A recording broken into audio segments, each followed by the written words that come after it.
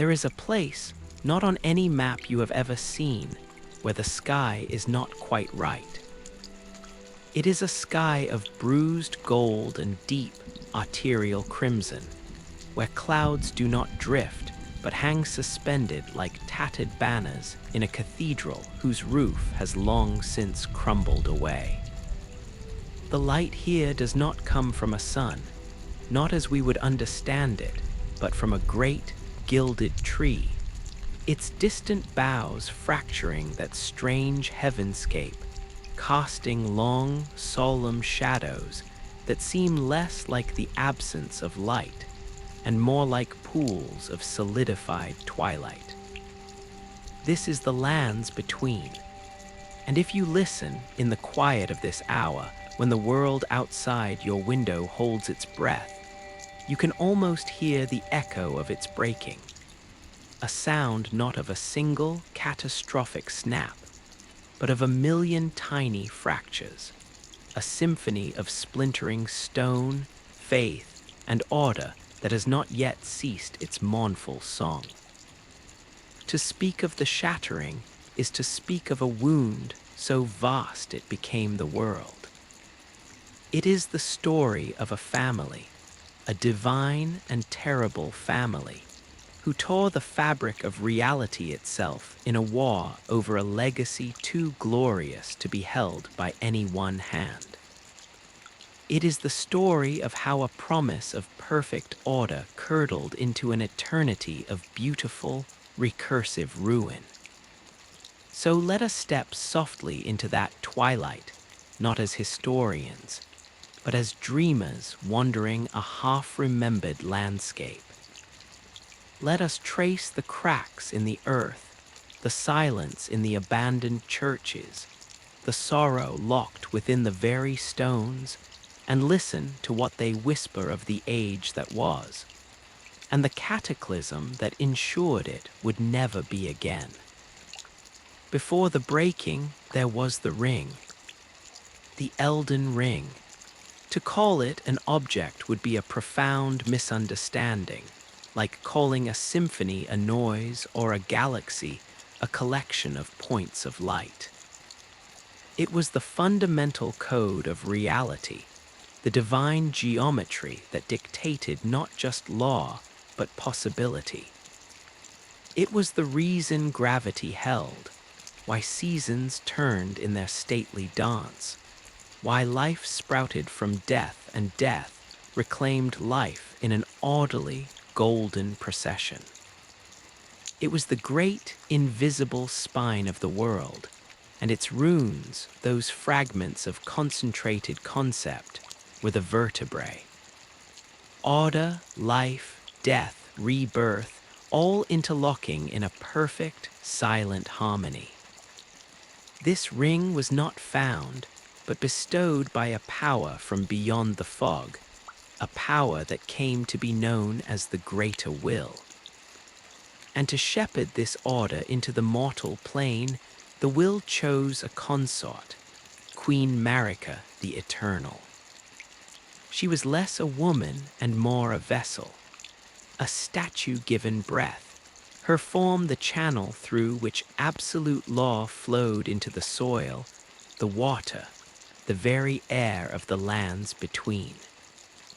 Her reign was the golden order, and for an age it was just that, a time of unassailable prosperity, where every fate was written in light, and every soul knew its place in the grand, gilded design.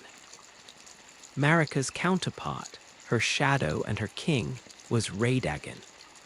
And here lies the first and deepest of the mysteries, a knot at the very heart of the tale. Radagon was a mighty champion, a stern and radiant figure of red gold hair, who waged war against the last bastions of sorcery in the north before being called to Marika's side.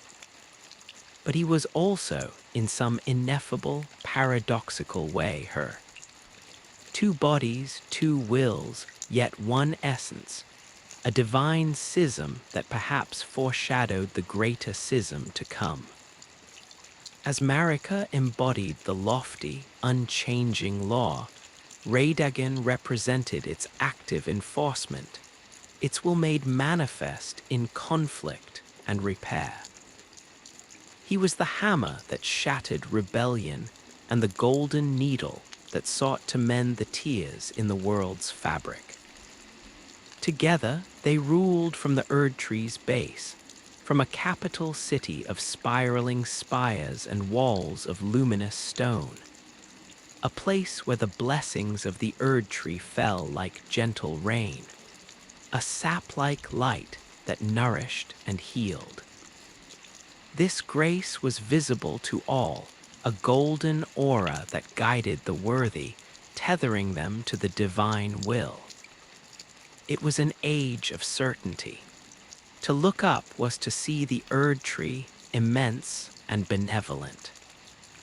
To look within was to feel its grace, a warm, affirming glow. Every question had an answer inscribed in gold. Every path was lit. From this union of goddess and her other self, a pantheon of demigods was born, each inheriting a shard of that divine majesty, each a potential heir to the Golden Order. But divinity, as it turns out, is a fractured mirror, and each child reflected a different aspect of their parents' complicated whole.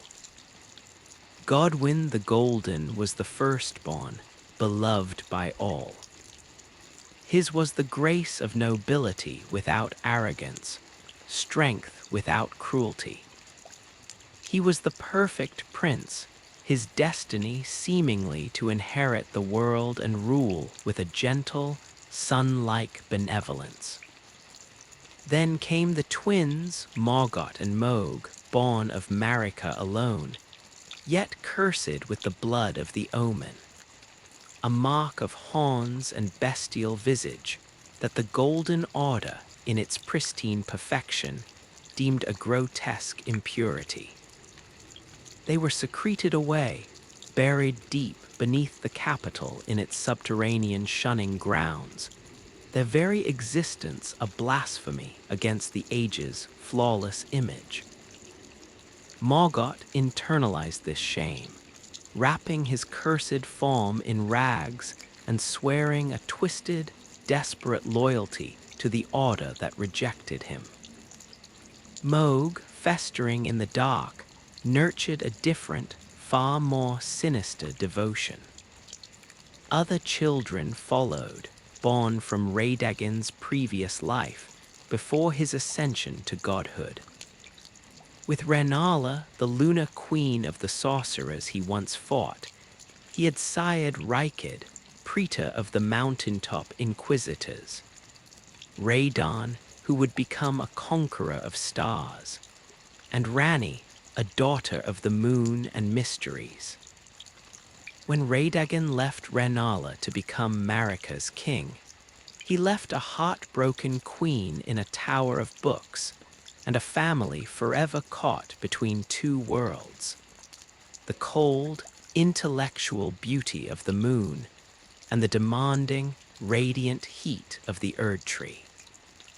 Rani, in particular, inherited her mother's connection to the lunar cycles and a fate written in dark ice, not gold. And finally, there were Maelinia and Miquella, the children of Marika and Radagon in their fullest, most entangled union. They were Empyreans, beings of the highest potential to succeed their mother as vessels of a god. Yet they were also cursed. Maelinia was born with the scarlet rot, a horrific, decaying corruption that gnawed at her flesh and spirit, held in check only by a will of unbending steel. Miquella, forever young, sought a cure for both his own eternal childhood and his sister's affliction, cultivating the Halig tree, a potential new Erd tree, born of compassion rather than absolute law. So the stage was set, a family of gods and demigods under a golden sky. But perfection is a pressure cooker. The Golden Order, for all its glory, was intolerant. It had to be. To maintain absolute order, it must deny, suppress, or destroy anything that fell outside its luminous logic. The crucible of life, with its misbegotten and twisted forms, was reviled. The flame of frenzy, which sought to melt all distinctions into one glorious, mad unity, was anathema. The death-right birds who dealt in a true, destined death outside the Order's cycle of rebirth were hunted. The Order was a beautiful, gilded cage, and the silence within it grew heavy, pregnant with the whispers of all the things it had locked out. And Marika, the Eternal, who had been its architect and its pillar, began to hear a hollow echo in the very laws she upheld. Perhaps eternity, she began to wonder, was not a state of bliss, but a sentence. Perhaps the perfect, unchanging light cast shadows too deep to ever illuminate. The first true crack in the edifice was not a war, but a theft. From the highest order, a fragment of destined death was plucked. The rune of death, a sacred and terrifying part of the Elden Ring's original composition, had been removed, sealed away, and entrusted to a shadow-bound beast named Malekith. Its removal is what made the Golden Order golden. It erased true mortality, allowing for the cycle of rebirth through the Erd Tree.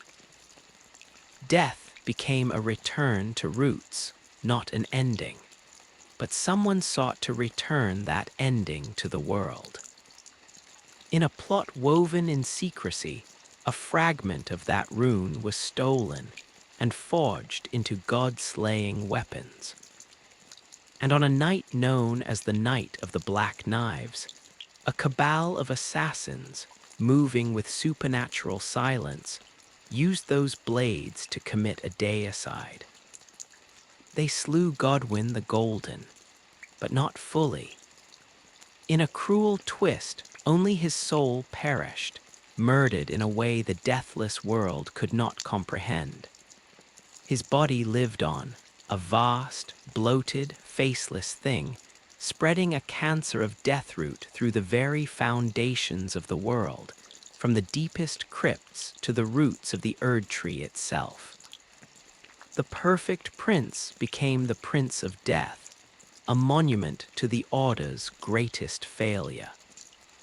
His soul was the first true death in an age that had forgotten how to die, and his body became an anchor for a new, festering kind of life. This act was the trigger, but the gun had been loaded long before. The death of Godwyn shattered the family's unity, transforming grief into suspicion and suspicion into rage. Who was responsible? The fingers of blame pointed in every direction, tangled in the thorny branches of familial resentment and ambition. But the true, profound consequence was the shattering of trust in the Order itself. If the perfect heir could be murdered, then the system was not inviolable. If death could return, then the promise of eternal grace was a lie. Queen Marika, in her grief or her fury or her long-brewing disillusionment, did the unthinkable. She raised the very hammer that had forged the world, the hammer of her kingly half, Radagon, and she brought it down upon the Elden Ring. Imagine the sound, not a clang of metal, but the shriek of reality itself being torn from its moorings. A light that was not light, a shockwave that was silent, yet shattered every window in the capital. The great, invisible geometry that held the world together exploded into a constellation of jagged, luminous fragments. Each major rune, concepts like order, life, and death, shattered into lesser shards, and these great runes, burning with raw, unstable power, were scattered across the lands between. And as the ring broke, so too did the laws it enforced. Gravity became a suggestion in places. Time flowed in eddies and stagnant pools. The guidance of grace, that golden tether, flickered and died for most, leaving them as aimless, tarnished exiles, only to rekindle fitfully in a chosen few much later. The Erd tree itself seemed to flinch, its golden light dimming, becoming a sickly, pallid glow. The golden order was not just damaged, it was rendered conceptually incomplete, a sentence with the verb missing, a song with the melody stolen. This was the event, the shattering, but it was merely the first note in a long, descending chord. For the shards of the ring, the great runes, did not lie dormant. They were seized by Marika's children, the demigods. Each took up a fragment of their mother's broken legacy, and in doing so, took up a fragment of her will, her power, her madness. The Shattering War was not a war of nations, but a war of siblings, a divine civil war where the battlefield was the world itself, and the prize was the right to mend a broken truth with their own vision. The fallout from their conflict is what truly sculpted the haunted, beautiful ruin we wander in our minds tonight. Godric the Grafted, a distant, diluted descendant, hiding in Stormvale Castle. His was a rune of desperate, pathetic ambition. Knowing his own blood was thin, his strength a pale imitation of his ancestors, he sought power through grotesque accumulation. He grafted the limbs of fallen warriors, even tarnished, onto his own frail body, creating a shuddering, monstrous collage of a man. His castle, once a proud fortress, crumbled under neglect and siege, its courtyards choked with thorns and the corpses of his failed experiments. He is a parody of the golden lineage, a testament to what happens when the shadow of greatness falls on one too small to bear it, driving them to horrific, pitiable lengths to feel a shred of that vanished divinity. In the rotten, waterlogged basin of Sealead, General Radon and Melania, the Severed clashed in their final, cataclysmic duel. Radon, mightiest of Marika's stepchildren, was a colossus who had conquered the very stars, halting their motion out of love for his horse and his teacher who read their fates. He held a rune that embodied sheer, gravitational might. Melania, the blade of Miquella, possessed a rune of unbending will and rot. To defeat the undefeatable general, she did the unthinkable. She unleashed the scarlet rot she had spent a lifetime containing.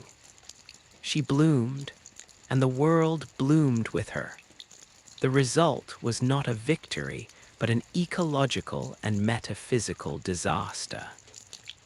Sealead was transformed into a hellscape of fungal growths, poisonous swamps, and eternally screaming creatures. Radon was reduced to a mindless, rotting beast, forever wandering the scarlet wastes, eating the corpses of his own men, his great intellect and stellar magic devoured by the decay. Melania, carried away by her loyal knight, fell into a deep sleep, her body cocooned at the heart of the halig tree, a beautiful weapon that had broken too terribly to ever be used again. Their battle left no ruler, only a monument to mutual annihilation. Far from that scarlet hell, in the frozen, spectral heights of the mountaintops of the giants, lay the forge of the flame of ruin. This was the domain of the fire giants, the last of a race nearly exterminated by Marika and Radagon in the name of the Golden Order, for their flame had the power to burn the Erd Tree itself. Guarding this somber, snow-swept tomb was Maelinia's twin, Miquella, or rather what was left of him. His great project, the Halig Tree, was meant to be a sanctuary for the unwanted, the misbegotten, the Albinorics, those cursed like him and his sister. He sought a path outside the Golden Order, a gentler, more inclusive grace. But his own curse of eternal youth was a prison his brilliant mind could not escape. In a desperate bid for growth, he embedded himself in the Halig Tree's roots, hoping to merge with it and achieve maturity. But his slumber was violated. His formless body was stolen away by his own brother, the cursed Moog, who took him to a palace of blood deep under the earth, seeking to raise Miquella as a monarch of his own vile, sanguine dynasty. The Halig Tree, deprived of its heart, became a petrified, weeping shell, its promise of refuge forever unfulfilled. Miquella's story is perhaps the greatest tragedy. The one who sought to cure the world's cruelties became the ultimate victim of them.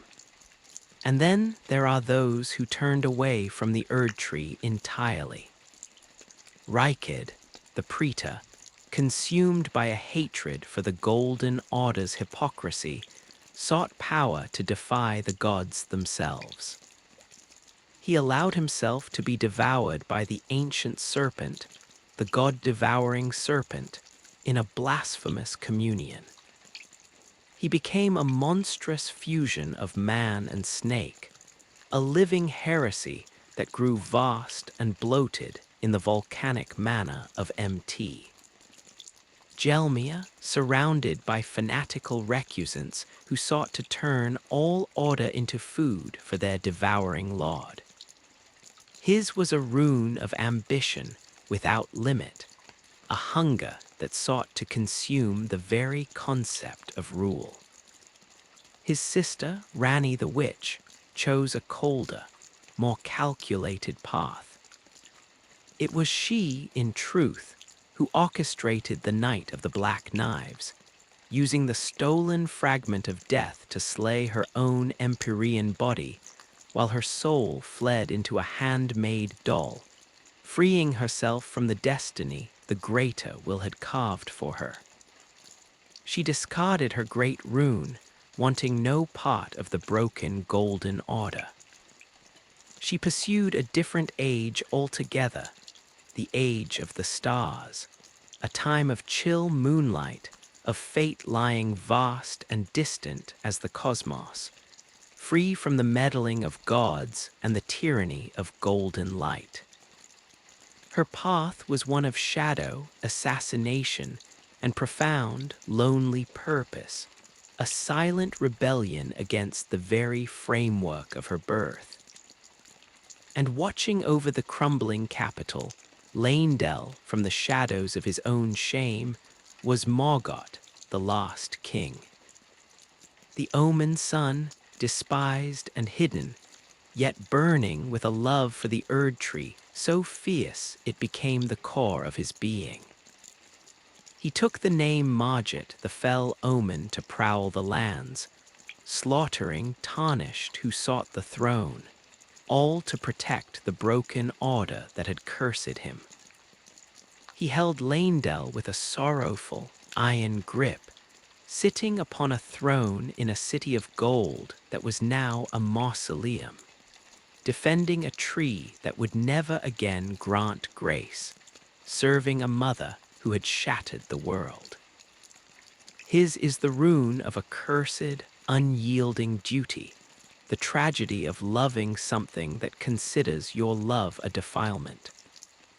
This, then, was the war. Not a single battle, but a dozen simultaneous apocalypses, each demigod a singularity of power and ideology tearing at the fabric of the lands between. The world buckled under the strain. Geography itself became a record of their strife, weeping peninsulas severed from the mainland, swamps of poison and lakes of rot bubbling up from wounded lee lines. Eternal cities like Nokron and Nixtella were buried deep underground, their star-worshipping civilizations smashed by the falling ruins of their own sky temples. The very cycle of life and death broke down. Those who perished, if not returned to the Erdtree's roots, rose again as skeletal or zombified things, trapped in a twilight existence. Ghosts of soldiers refought their last battles in spectral form on misty battlefields. The tarnished, those who had lost the guidance of grace, were exiled across the sea, only to be called back generations later by a faint, rekindled flicker, a last, desperate gambit from a world out of options. And through it all, in the heart of the Erdtree, sealed within by its own thorns of rejection, sat Queen Marika, or Radagon, or the shattered, silent amalgam of both.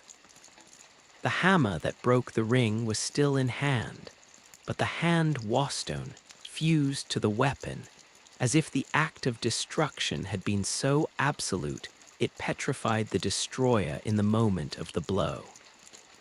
The body, whether Marika's or Radagon's or some terrible synthesis, hung suspended in the Erdtree's innermost sanctum, a crucified silhouette against the dim, residual glow of the wounded tree. It was not a throne. It was a prison of divine making, a cage of golden light turned inward, the thorns that barred the way not merely physical impediments, but manifestations of a will that had rejected all would-be menders. The silence in that chamber was thicker than stone, older than the first grace. It was the silence of a mind that had orchestrated the end of its own creation, and now had nothing left to say, a consciousness adrift in the static of a broken world, listening to the echoes of its own catastrophic decision. Outside, the lands between did not simply endure the aftermath, they metabolized it.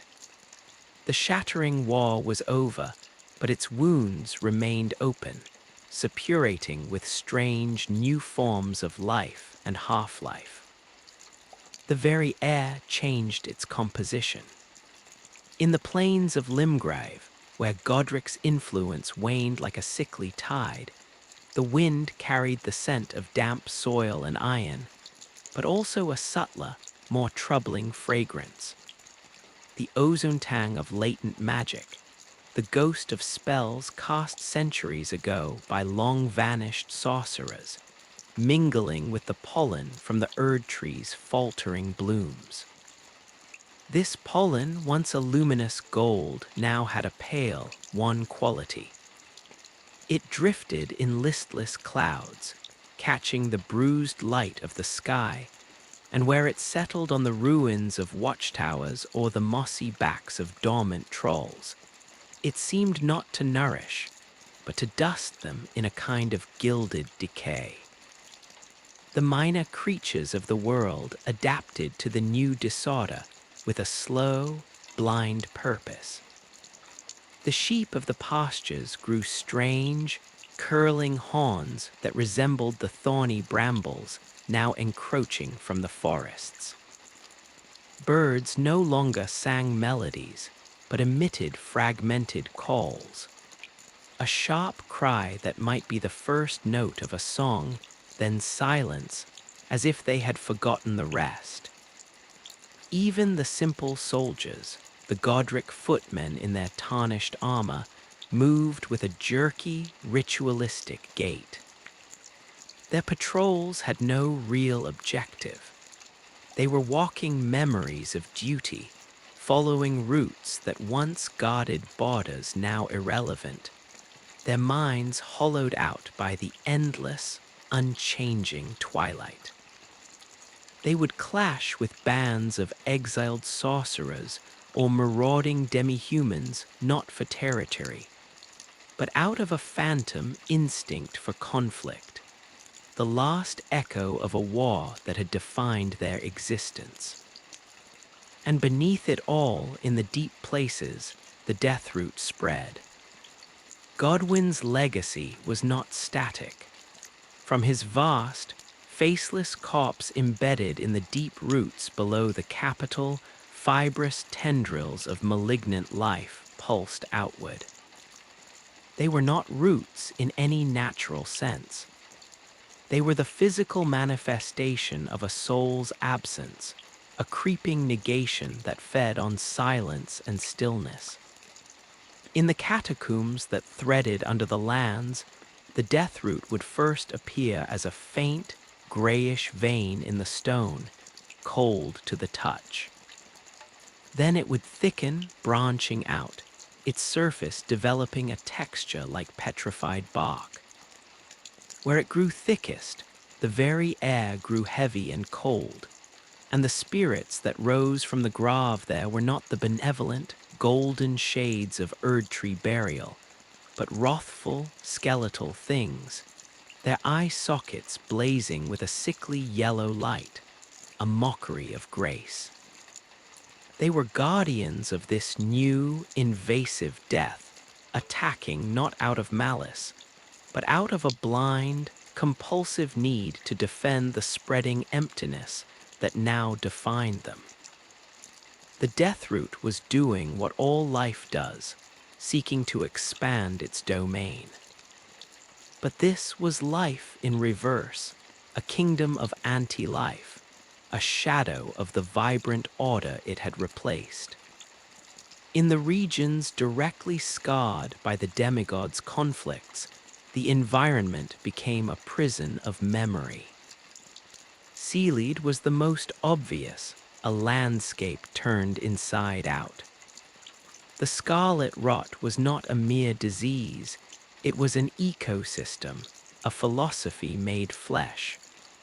The very ground pulsed, a slow, rhythmic heartbeat of fungal flesh.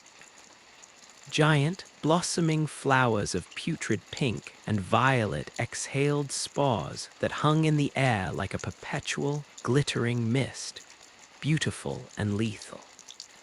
Creatures caught in the initial bloom had been transformed, not killed.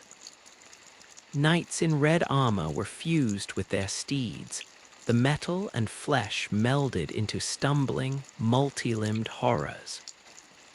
Dogs grew extra heads, their barks becoming wet, gurgling choruses. Birds sprouted fleshy, fungal plumage and sang with the voices of dying men. And at the center of it all, General Radon, once the proud conqueror of the stars, now a mountain of rotting flesh and matted crimson hair, mindlessly devouring the fallen on a blighted beach. His great gravitational magic still flickered around him, not as controlled power, but as a fever dream, pulling in meteors that would streak across the scarlet sky and crater the land, or pinning his own festooned followers to the earth in a macabre display of affection. The festivals held in his name, where warriors came to grant him a merciful death, were less battles and more rituals of mourning, attempts to bury a natural disaster that was still terribly alive. But other scars were subtler, woven into the fabric of reality itself. In the Liurnia of the lakes, where Rani's influence lingered like a chill, the boundary between water and sky, between reflection and reality, grew thin. The great, shallow lakes acted as vast mirrors, not showing the bruised gold sky above, but a different, darker firmament speckled with cold, distant stars. Sometimes, a wanderer would see a ghostly, spectral version of the Academy of Rea Lucaria, not the stone and sorcery fortress on the island, but its echo, inverted and shimmering beneath the water's surface, towers pointing down into infinite blue depths. The air here tasted of wet parchment and cold copper, and the sorcerers who still inhabited the academy, their bodies turned to glintstone, were less like people and more like sentient geology, their thoughts moving with the glacial slowness of crystal growth, obsessed with parsing a cosmic truth that had long since slipped through their petrified fingers. The Altus Plateau, bathed in the Erd tree's fading light, presented a different kind of haunting. Here, the order had been strongest, and its decay was therefore more architectural, more dignified. The colossal wreckage of divine siege towers, called walking mausoleums, trudged across the golden fields with a seismic, mournful slowness. Each step was a low, tectonic groan. These were not vehicles of war anymore, but mobile tombs, their bellies housing the dead demigods whose souls could not return to a broken Erd tree. The sound of their bells, tolled by solemn, headless bell ringers inside, was a deep, resonant note that did not echo but was absorbed by the heavy air. A sound that spoke of funerals for eras, not individuals. In the capital city, Leyndell, the silence was orchestral in its complexity. The gilded roofs still shone, but the shine was brittle, like lacquer over rotting wood. The wide, empty boulevards were swept by winds that carried the faint, sweet-sour scent of sap and decay from the Erd tree. Spectral, golden projections of the city's past glory would sometimes flicker into being, a procession of knights here, a gathering of nobles there, only to dissolve into motes of light, like memories too painful to hold. The only constant residents were the perfumers, their masks hiding faces twisted into rictuses of devotion or despair. Tending to poisoned blooms and crafting incenses meant to commune with a divinity that no longer communicated back. And below, always below, lay the eternal night of the deep underground. The great caverns like Siofra and Ainsel were not merely hollows in the earth. They were the inverse of the surface world, realms where the Erd tree's light had never reached, where ancient, pre-order civilizations had flourished under the watchful gaze of artificial star clusters and constellations carved from stone. Here, the silence was absolute, a physical presence. The air was cool and still, smelling of damp moss and ancient metal. Ghostly, spectral ancestors of the Nox people, with their flowing silver hair and garments of night, performed silent, endless rituals around altars to a lost moon, their movements fluid and dreamlike, their purposes inscrutable. Their very existence was a testament to all that the Golden Order had tried to bury and forget. The worship of forces older, colder, and far more remote than the intimate, demanding grace of the Erd Tree. The falling star beasts, grotesque amalgams of stone and alien biology, prowled these depths, their forms a violent collision of terrestrial mineral and celestial intent, a reminder that the cosmos contained orders and horrors that made even the shattering seem parochial. This was the world in the long, lingering afternoon after the storm. A world of magnificent, recursive ruin.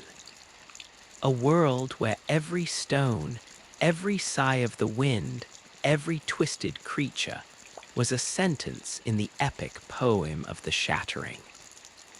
The demigods in their isolated strongholds were no longer active generals directing a war. They had become institutions, their very beings now synonymous with the territories they had ravaged and the philosophies they embodied. They were less rulers now and more like forces of nature. A bitter winter that never thawed, a plague that never lifted, a gravitational anomaly that never ceased its pull. And the tarnished, called back by that faint, desperate flicker of grace. They were the wild card, the punctuation mark waiting to be placed at the end of this long, fractured sentence. They wandered into this curated apocalypse from outside, their memories of the old world faint or non-existent, their only guide a wisp of gold that pointed ever toward the capital, toward the Erd Tree. They saw the ruins not with the grief of a native, but with the bewildered eyes of an archaeologist from a future that should not exist. They fought the memories of war made flesh. They delved into tombs that were philosophical arguments as much as burial sites. They spoke with the remnants of sanity left in old warriors and isolated hermits. Each tarnished in their journey was performing an act of interpretation. To follow the guidance of grace was to accept the premise of mending the Golden Order. To seek out Rani in her rise tower was to choose the cold freedom of the stars. To embrace the flame of frenzy was to choose the bliss of oblivion. To walk the path of the dung eater was to curse the very concept of order itself, to dream of a world where every soul was as broken and defiled as the lands between. The world did not wait passively for their choice. It reacted. It tested. The very landscape seemed to conspire to teach them its painful lessons. A crumbling bridge was not just an obstacle, it was a reminder of connections severed. A field of flowers that healed when approached was a whisper of the Erd Tree's original, benevolent purpose, now a rare and fragile anomaly. An ambush by crazed, grafted soldiers was a living exhibit of Godric's pathetic, contagious desperation. The tarnished in gathering great runes was not simply collecting power. They were gathering fragments of the story, each rune a heavy, luminous piece of context, a shard of a divine family's shattered psyche. To hold Radon's rune was to feel the colossal weight of a falling star, the pride of conquest curdled into mindless hunger. To hold Melinia's was to sense the terrifying, beautiful tension of a will that could hold back a universe of decay. and the catastrophic release when that will finally broke. And all paths eventually led back to the thorns, to the base of the Erd tree where the capital's silence was deepest. To face Morgoth, the Omen King, was to confront the final, tragic guardian of the broken dream. He did not fight for victory, for he believed victory was impossible.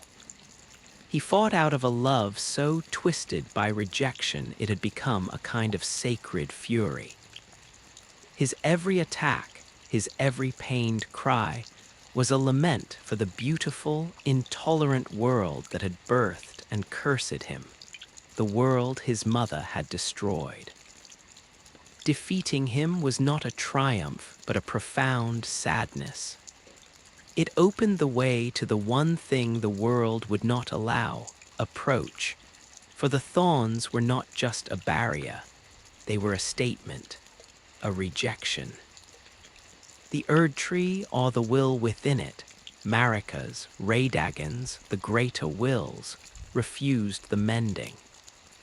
It had chosen its stasis, its beautiful, eternal wound. To force the issue required a heresy so profound it meant becoming the very antithesis of the Golden Order's first commandment. It meant turning to the one thing the Order had been founded to defeat. It meant journeying to the mountaintops of the giants, to the lost forge, and harnessing the flame of ruin. That journey itself was a pilgrimage through a graveyard of history. The mountaintops were a desolate, wind-scoured place, where the bones of the lost fire giant lay chained to his own forge, a perpetual guardian for a flame he could no longer tend. The snow here was not white, but tinged with a perpetual ash-gray, and it fell in a slow, mournful drift that never seemed to accumulate or melt. The silence was broken only by the howl of the wind and the distant, grinding shift of glaciers. To stand here was to stand at the site of the Order's original sin, the near-genocide of the giants, the attempt to extinguish a fundamental part of the world's nature, because it posed a threat to the Erd tree's supremacy. And now, to mend that order, one had to rekindle that very flame. The irony was as cold and sharp as the mountain air. Lighting the forge was an act of breathtaking, terrifying violence. The flame, once unleashed, did not roar, it sang. A single, pure, incandescent note that climbed from the depths of the earth and pierced the sky. A column of white-hot fire that seemed to burn silence itself. It turned the falling snow to vapor, lit the ashen wastes in a stark, shadowless glare. And for a moment, the bruised gold of the heavens was bleached into a painful, sterile white. The heat was not the heat of a furnace, but the heat of concept, the heat of ending, of purification, of absolute, final change.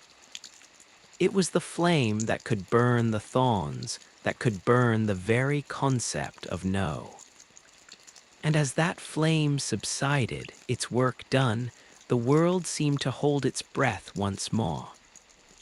The path to the Erd tree was open, but it was a path through cinders and embers. The great, impenetrable barrier of light was gone, replaced by a husk of smoldering, blackened bark. The capital below, seen from the branches, looked like a child's model, a beautiful, intricate toy abandoned in the dust. The ascent was not triumphant, it was funereal. Each step on the charred, spiraling roots was a step deeper into the heart of the silence, closer to the source of all the beautiful, recursive ruin. Until, at last, the final chamber, the heartwood, where the light was a dim amber glow like the last coal in a dying fire. And there, in the center, the figure, the shattered god. The stillness here was absolute, a vacuum that pulled at the soul. This was the end of the journey, the destination towards which every crack in the earth, every sigh of the wind, every drop of spilled grace had pointed. Not to a throne, but to a question hanging in the silent air. A question posed by a broken will to whatever would come next.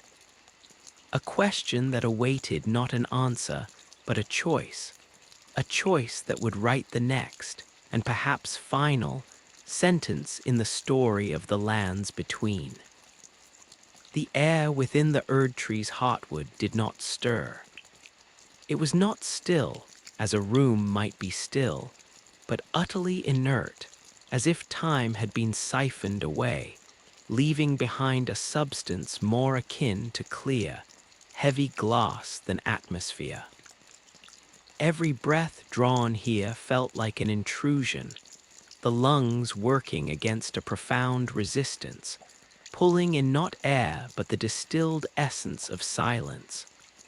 A scent of petrified sap, of old incense burned to ash millennia ago, and beneath it, the faint, metallic coolness of void. The light, that dim amber glow, did not emanate from any source. It simply was, clinging to surfaces without casting shadows, giving the vast, cylindrical chamber the quality of a forgotten reliquary viewed through a sheet of ancient, honey-colored resin. And at its center, suspended in a cruciform pose, was the figure. To call it Marika or Radagon was to impose a duality that had long since collapsed in upon itself. What hung there was a sculpture of divine paradox, a body that seemed to shift in the stagnant light, not in movement, but in essence. One moment, the lines suggested the stern, regal plains of Queen Marika, the elegant slope of a shoulder, the proud set of a jaw, the long fall of stone hair that was not hair, but carved, flowing strands of a gold, so deep it was almost black. The next, the impression would blur, resolving into the harder, more martial angles of Radagon, the broad chest, the powerful arms, the suggestion of red gold in the stony texture. It was a single form holding two memories, and the longer one looked, the more the mind recoiled from the attempt to separate them. They were not fused, like two metals melted together. They were superimposed, like two transparent images laid one over the other, each vying for primacy in the perception of the observer. The effect was a deep, unsettling vibration in the soul, a visual echo of the schism that had broken the world. The figure was not bound by chains, but by its own act. The hands, or was it a single hand, glimpsed from two perspectives, were wrapped around the haft of a massive hammer. The hammer was of a piece with the body, the stone of the fingers flowing seamlessly into the stone of the weapon, as if the act of gripping it had been the final, permanent gesture of a lifetime. This was Marika's hammer, the tool that had shattered the Elden Ring.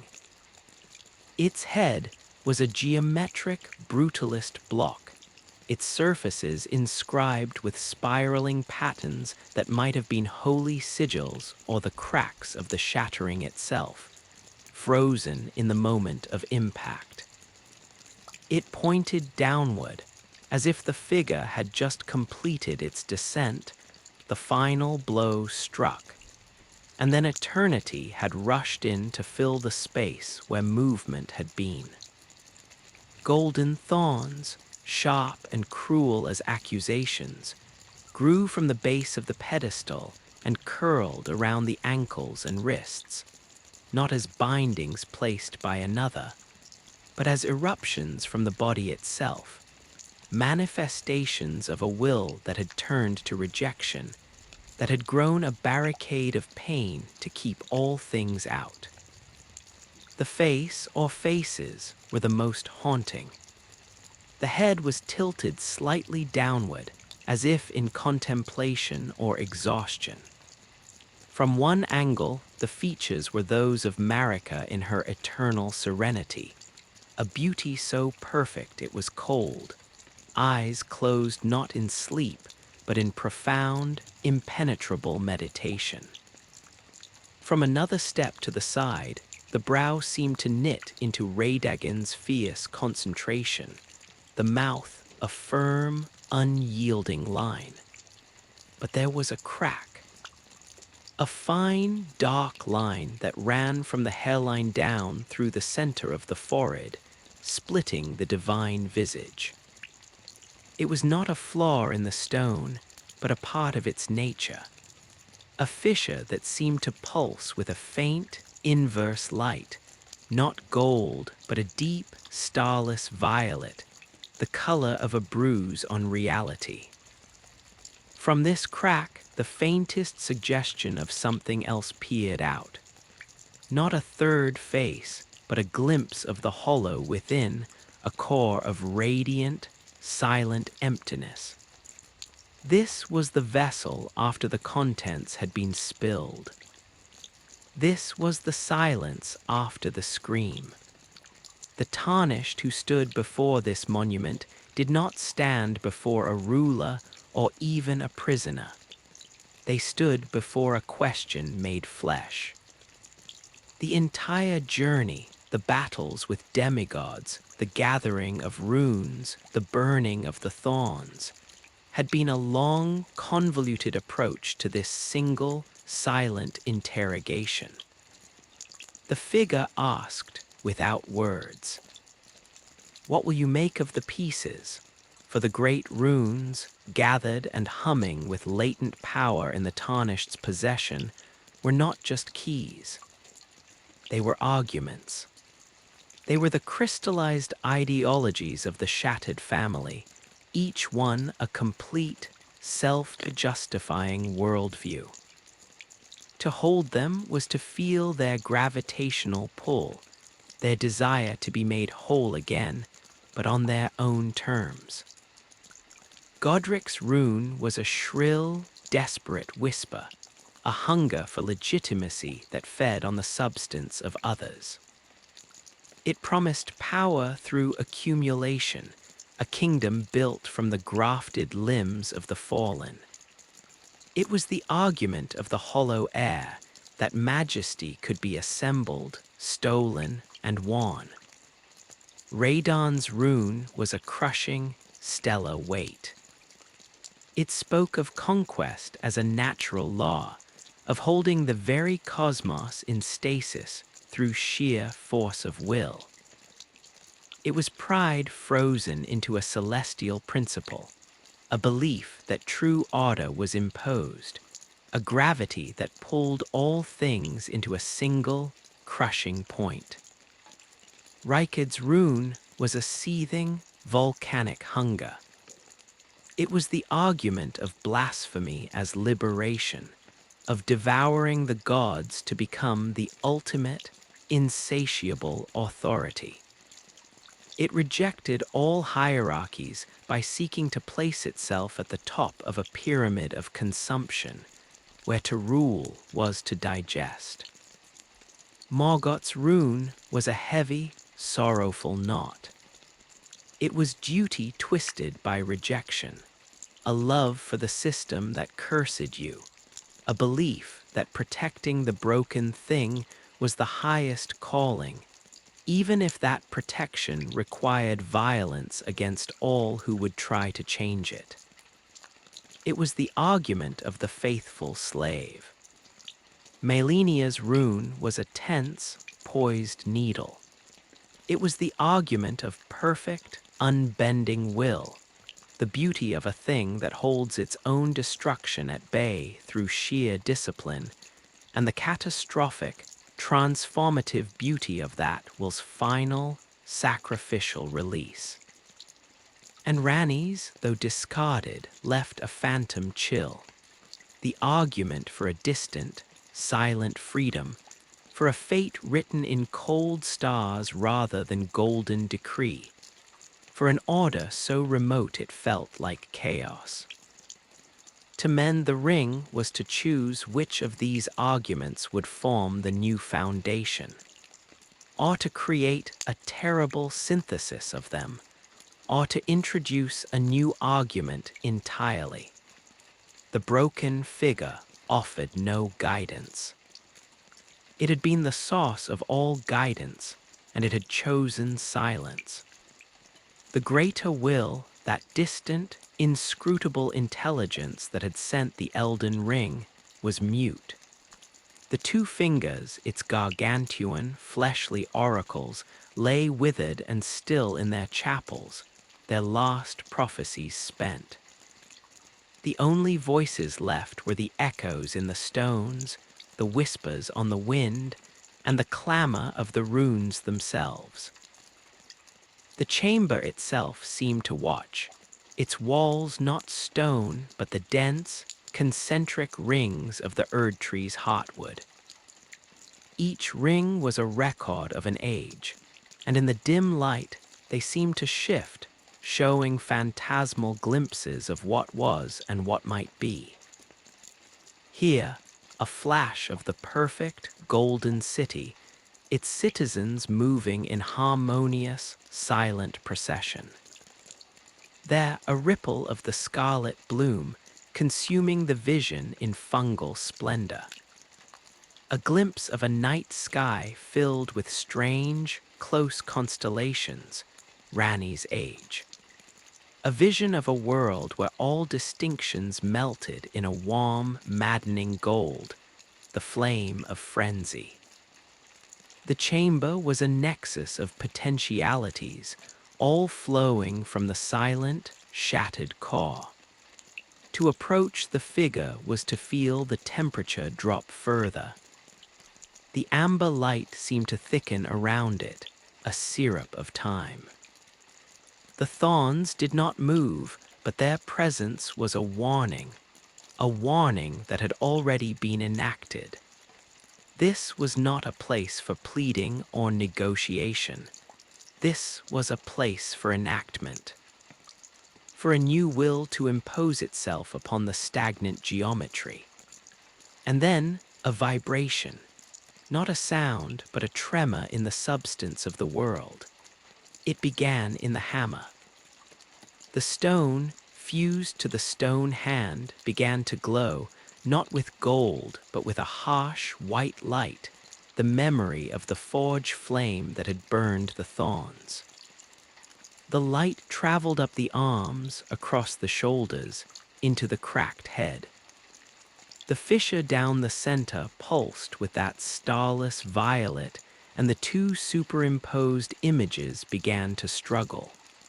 The head lifted. Not with the grace of a living being, but with the jerky, seismic slowness of continental plates shifting. It was not one movement, but two. Marika's serene face tilted upward, the closed eyes still shut, a gesture of tragic acceptance. Raydagon's fierce visage strained forward, the stone jaw clenching, a gesture of defiant resistance. From the same body, two opposing reactions to the end. One had broken the world, the other had tried to repair it. And in this final moment, both impulses awoke. The hands on the hammer tightened. Cracks, fine as spider silk, spread from the point of fusion. A sound began, a low, deep hum that was less heard and more felt in the marrow of the bones. It was the sound of the shattering itself, played in reverse, a dissonant chord pulling itself back toward a single, catastrophic note.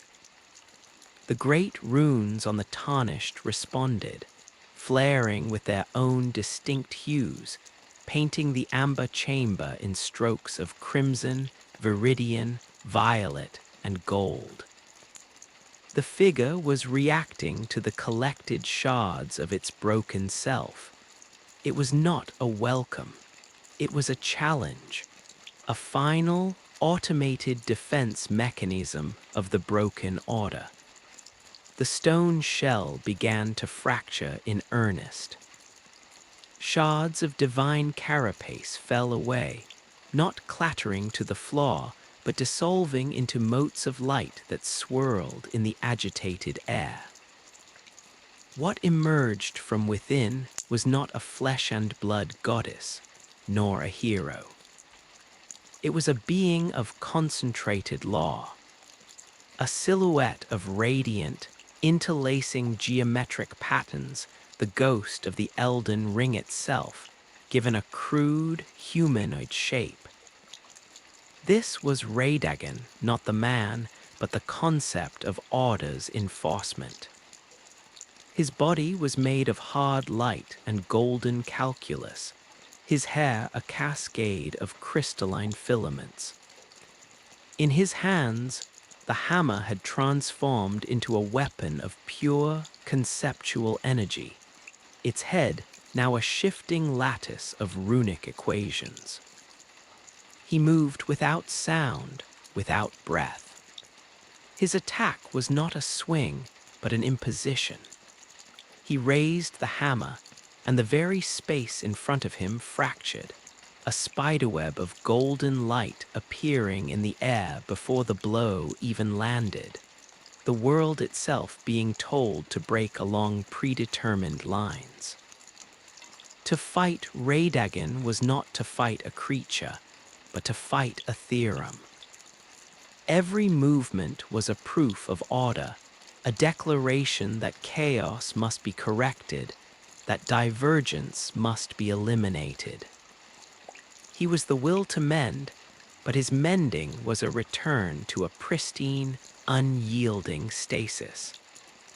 He was the final guardian of the past, a ghost of the Golden Order's original, intolerant perfection. But as the tarnished engaged this specter of law, a second presence made itself known.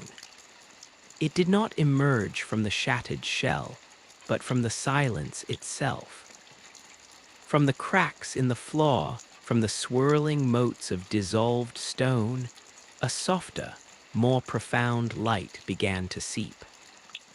It was the color of old gold, of fading sunlight, of acceptance. And from this light, echoes of Marika's voice seemed to sigh through the chamber, not in words, but in emotions, a profound, weary grief, the sigh of a creator looking upon a creation that has failed, a love that has turned to ash. This was not an opponent, it was an atmosphere, a sorrow that thickened the air, that made each movement feel heavy with regret. It was the memory of the Shatterer, the one who had chosen to break the perfect, gilded cage. Her presence did not attack, it mourned. It asked the silent, persistent question, is this what you wanted? Is this the order you would rebuild? The battle, then, was fought on two planes. On one, the physical and metaphysical clash with Radagon, the living law, a dance of evasion and strike against a being that sought to erase the anomaly of the tarnished. On the other, a psychological and spiritual struggle against the haunting, pervasive sorrow of Marika. A grief so vast it threatened to drown the will to act at all. To succumb to that grief was to accept the stasis, to see the broken world as a finished tragedy, and to lay down arms before the relentless Radagon. To fight on was to reject that finality, to insist that a new sentence could be written, even in the face of infinite regret. And when Radagon's form of hard light finally shattered, dissolving not into motes, but into a shower of fading, golden runes that swirled upward like leaves on a thermal, the silence returned, deeper than before. The geometric light faded. The sorrowful presence lingered for a moment, a final, soft exhalation that seemed to say, "So be it." Then it too was gone. What remained was the core.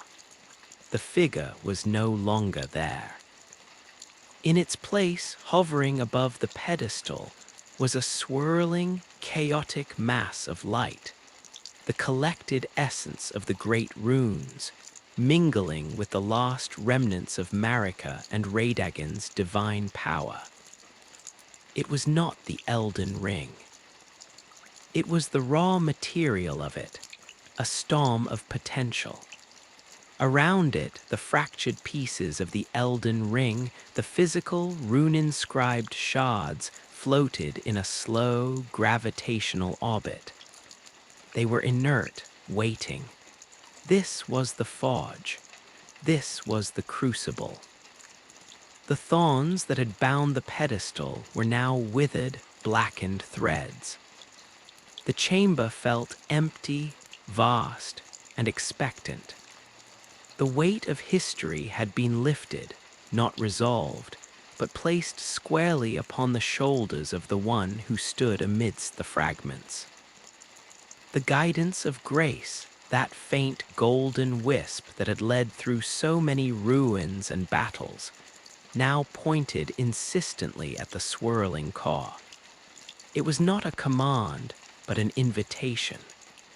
The final, absolute invitation. To step forward and touch that core was to enter into communion with the fundamental principles of the world. It was to feel the rush of 1,000 possible futures, each a different mending, each a different age.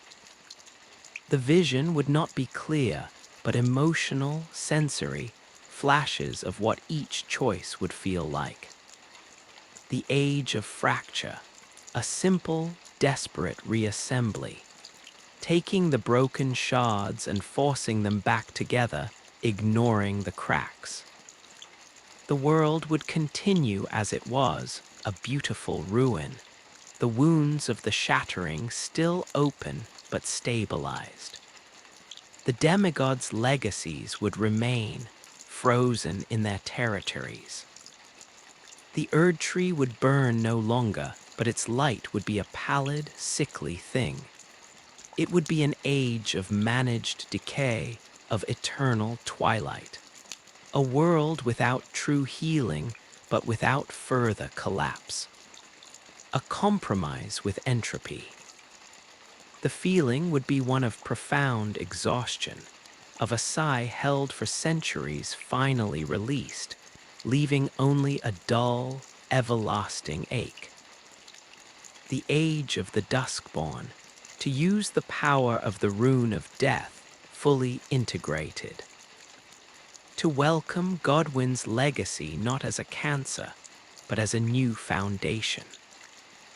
A world where life and death are truly reconciled, where the undead walk openly, where the soul's journey finds its final rest not in golden roots, but in peaceful, definitive oblivion. The Erd tree's golden light would be replaced by a soft, silver twilight. It would be an age of melancholy beauty, of quiet endings and gentle ghosts. The feeling would be one of serene sadness, of a long day finally cooling into night, a bittersweet acceptance of all things ends.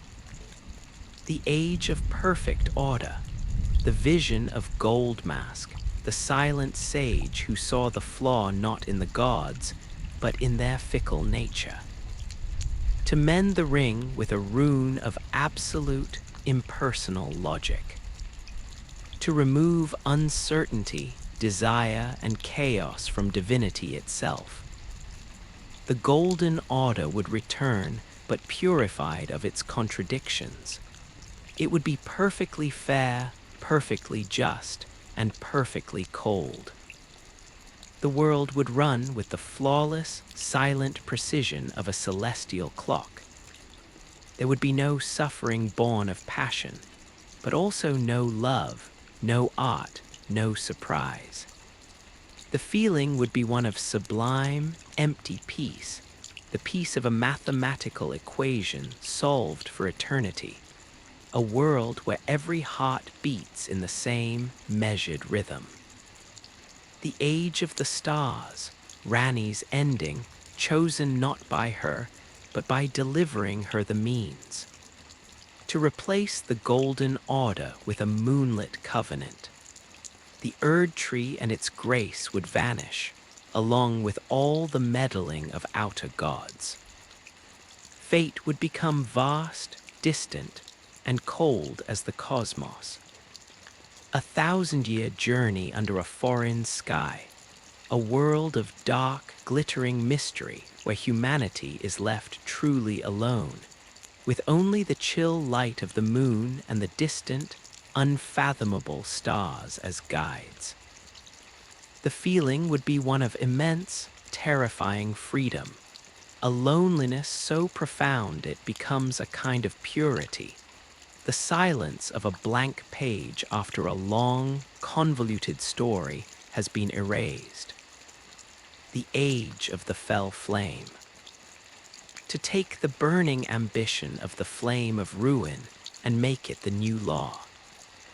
To burn away the Erd tree, the golden order, all of it, and from the absolute zero of the ashes, allow something new, wild, and unknown to grow. It would be an age of primordial chaos, of constant, fiery rebirth. Not the madness of the frenzied flame, but a purifying, creative fire. The feeling would be one of searing pain, followed by the raw, exhilarating thrill of pure potential. A world perpetually in the act of becoming, with no memory of what it had been. The blessing of despair, the path of the dung eater. To use a mending rune of profound defilement. To curse not just the world, but the very soul of every living thing for all eternity. To make the suffering, the alienation, the brokenness of the lands between the universal, foundational principle. The Erd tree would be choked with filth, its light a sickly, gangrenous green. All would be born in pain, live in torment, and die in degradation, bound together in a shared, endless curse.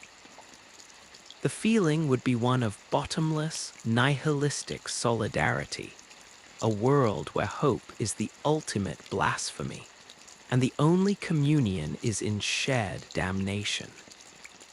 And the frenzied flame, the rejection of all choice, all order, all distinction. To melt every rune, every soul, every stone and memory into a single, glorious, screaming unity. To become the Lord of chaos and reduce all of creation to a molten, golden soup where I and you and world no longer have any meaning. It is the end of the sentence, the period turned into an all-consuming fire. The feeling is not one of pain or joy, but of an overwhelming, ecstatic release from the agony of being separate, the bliss of becoming nothing and everything at once. These visions would not come as clear narratives, but as visceral, overwhelming experiences. The tarnished, standing at the swirling core, would feel the weight of the age of fracture, as a stone settling in their chest, a fatigue so deep it seeped into the bones, the taste of dust and static on the tongue. The duskborn would be a chill creeping up the spine, the scent of damp soil and funeral lilies, the sound of a lullaby sung in a forgotten tongue. Perfect order would be a sensation of crystalline clarity, a blinding, silent white light that erased all warmth, leaving the mind floating in a void of pure, frictionless reason. Each potentiality pulled at the soul, each a different flavor of eternity. And the choice was not intellectual. It was an act of will, of identity. It was answering the question the shattered God had posed. What are you? Are you a conservator, content to shore up the ruins? A mortician, ready to give the world a gentle death? A logician, believing in a truth beyond personality? A rebel, yearning for a vast and lonely freedom? A primal force, eager to burn the canvas clean? A nihilist who sees truth only in suffering? Or a madman who sees truth only in annihilation? The moment of decision would stretch, elastic and strange in the timeless heartwood. There was no rush. The world outside was holding its breath, caught in the pause between one heartbeat and the next. The wars had stopped. The rot paused its spread. The walking mausoleums stood still. Even the wind across the Altus plateau seemed to die mid-whisper. All of creation had become a held note, waiting for the resolution. And then, the touch. Fingers, calloused from 1,000 battles, stained with the dust of fallen kingdoms and the sap of burned thorns, would make contact with the chaotic light. The reaction was not an explosion, but an implosion, a drawing in. The swirling core condensed, the orbiting shards of the Elden Ring flying inward like iron to a magnet. The light collapsed into a point of unbearable density, and for a moment there was only a perfect, silent darkness. A darkness so complete it was not an absence of light, but the absence of possibility. The 0 point. Then, from that point, a new geometry unfolded.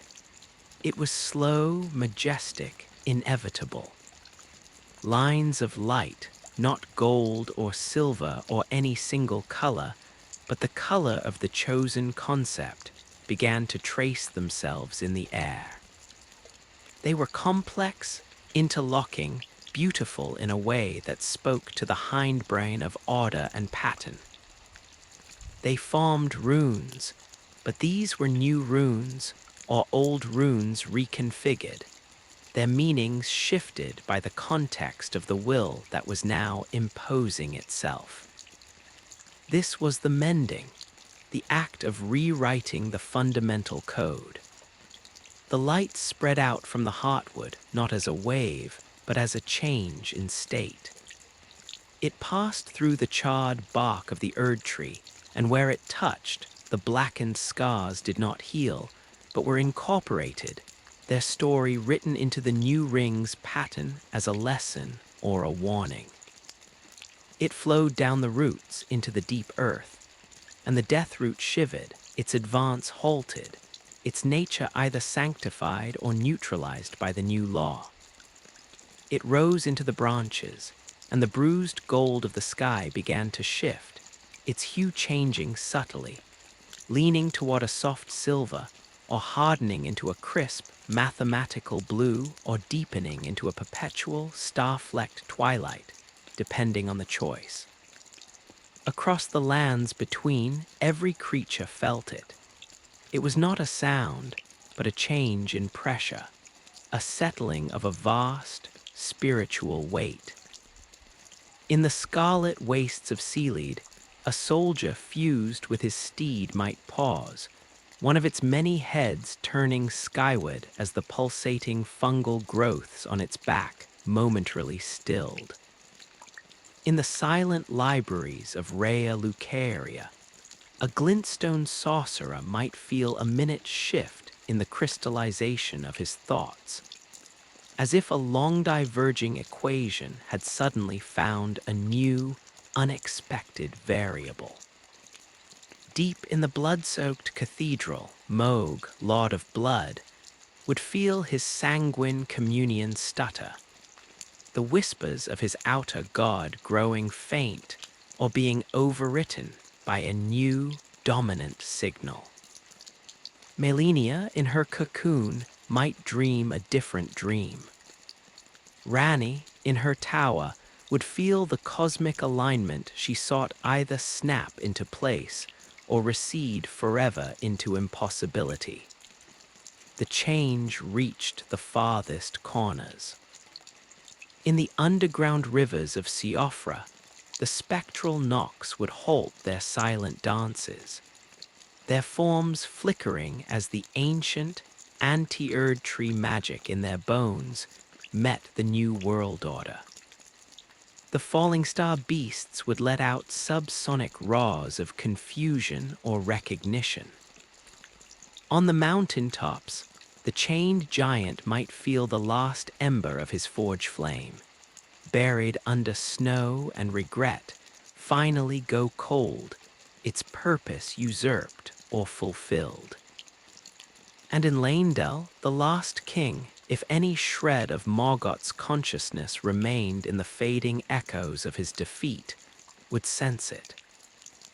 The city he had protected, now empty and echoing, would be infused with a new light, not the warm, nourishing grace of old, but whatever light the new age brought. It might be a light that finally saw his cursed form not as a blight, but as a part of the whole. Or it might be a light that erased him from memory entirely. His long, tortured vigil would be over, not with a bang, but with a quiet, cosmic reassessment.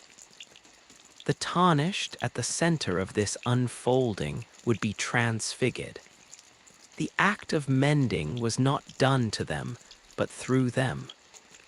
Their body would become a conduit, their will the chisel shaping the new ring. They might feel their flesh become light or stone or void. They might feel centuries of history, Marika's resolve, Radagon's defiance, Godwyn's sorrow, Radon's pride, flow through them not as memories, but as raw emotional weather before being sorted and codified into the new law. They were no longer a person, but a process. The final step in a journey that began when a goddess, weary of eternity, raised a hammer. When the new Elden Ring was complete, its final rune locking into place with a silent, metaphysical click that resonated through every atom of the lands between, the light would gently recede back into the heartwood, concentrating once more around the tarnished. The chamber would look the same, yet fundamentally different. The amber glow would be replaced by the new ambient light of the age. The pedestal might be empty, or it might hold a new, silent figure, the tarnished, now the Elden Lord, fused with the new order, perhaps already beginning the slow, stone-like transformation into an eternal vessel.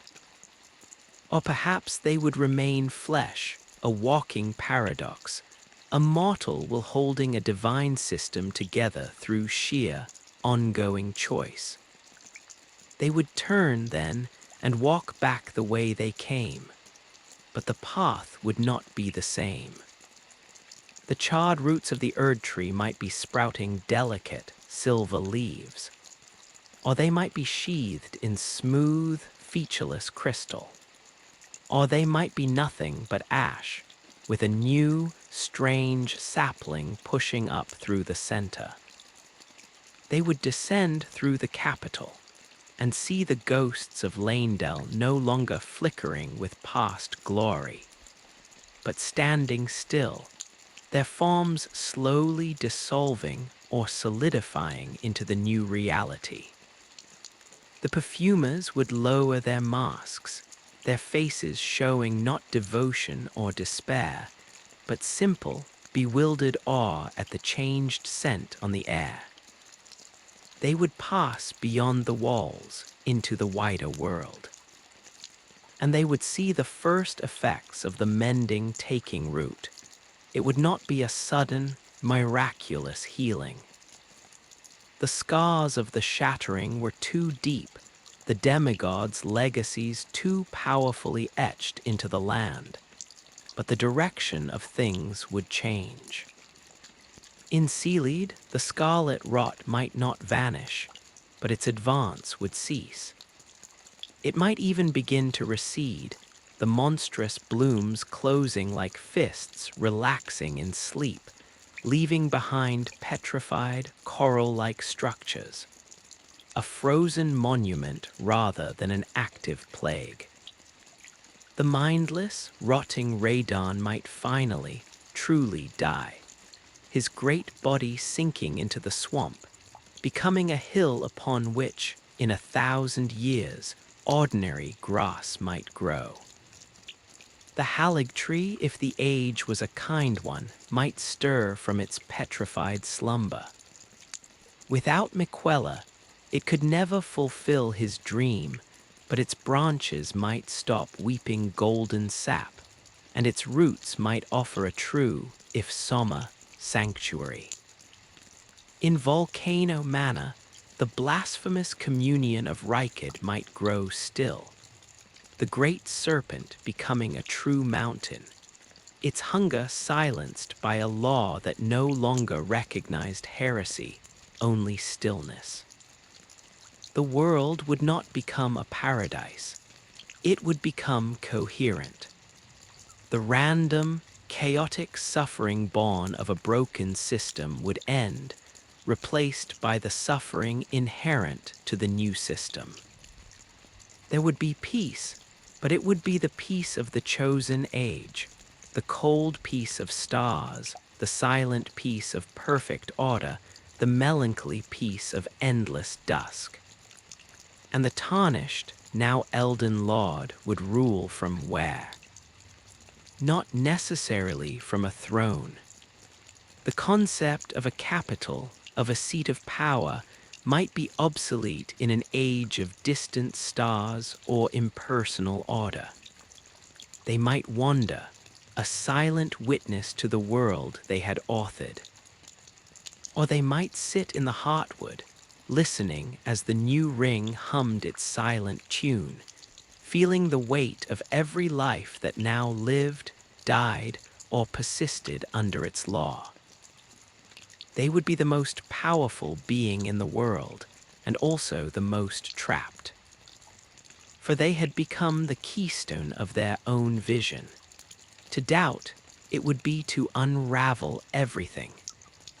They would remember the long road that brought them here, the first glimpse of grace in a foggy exile, the struggle through the storm-lashed gates of Stormville, the awe and horror of Liurnia's reflective lakes, the oppressive, golden silence of Lanedell, the searing, sacrificial journey to the mountaintop forge.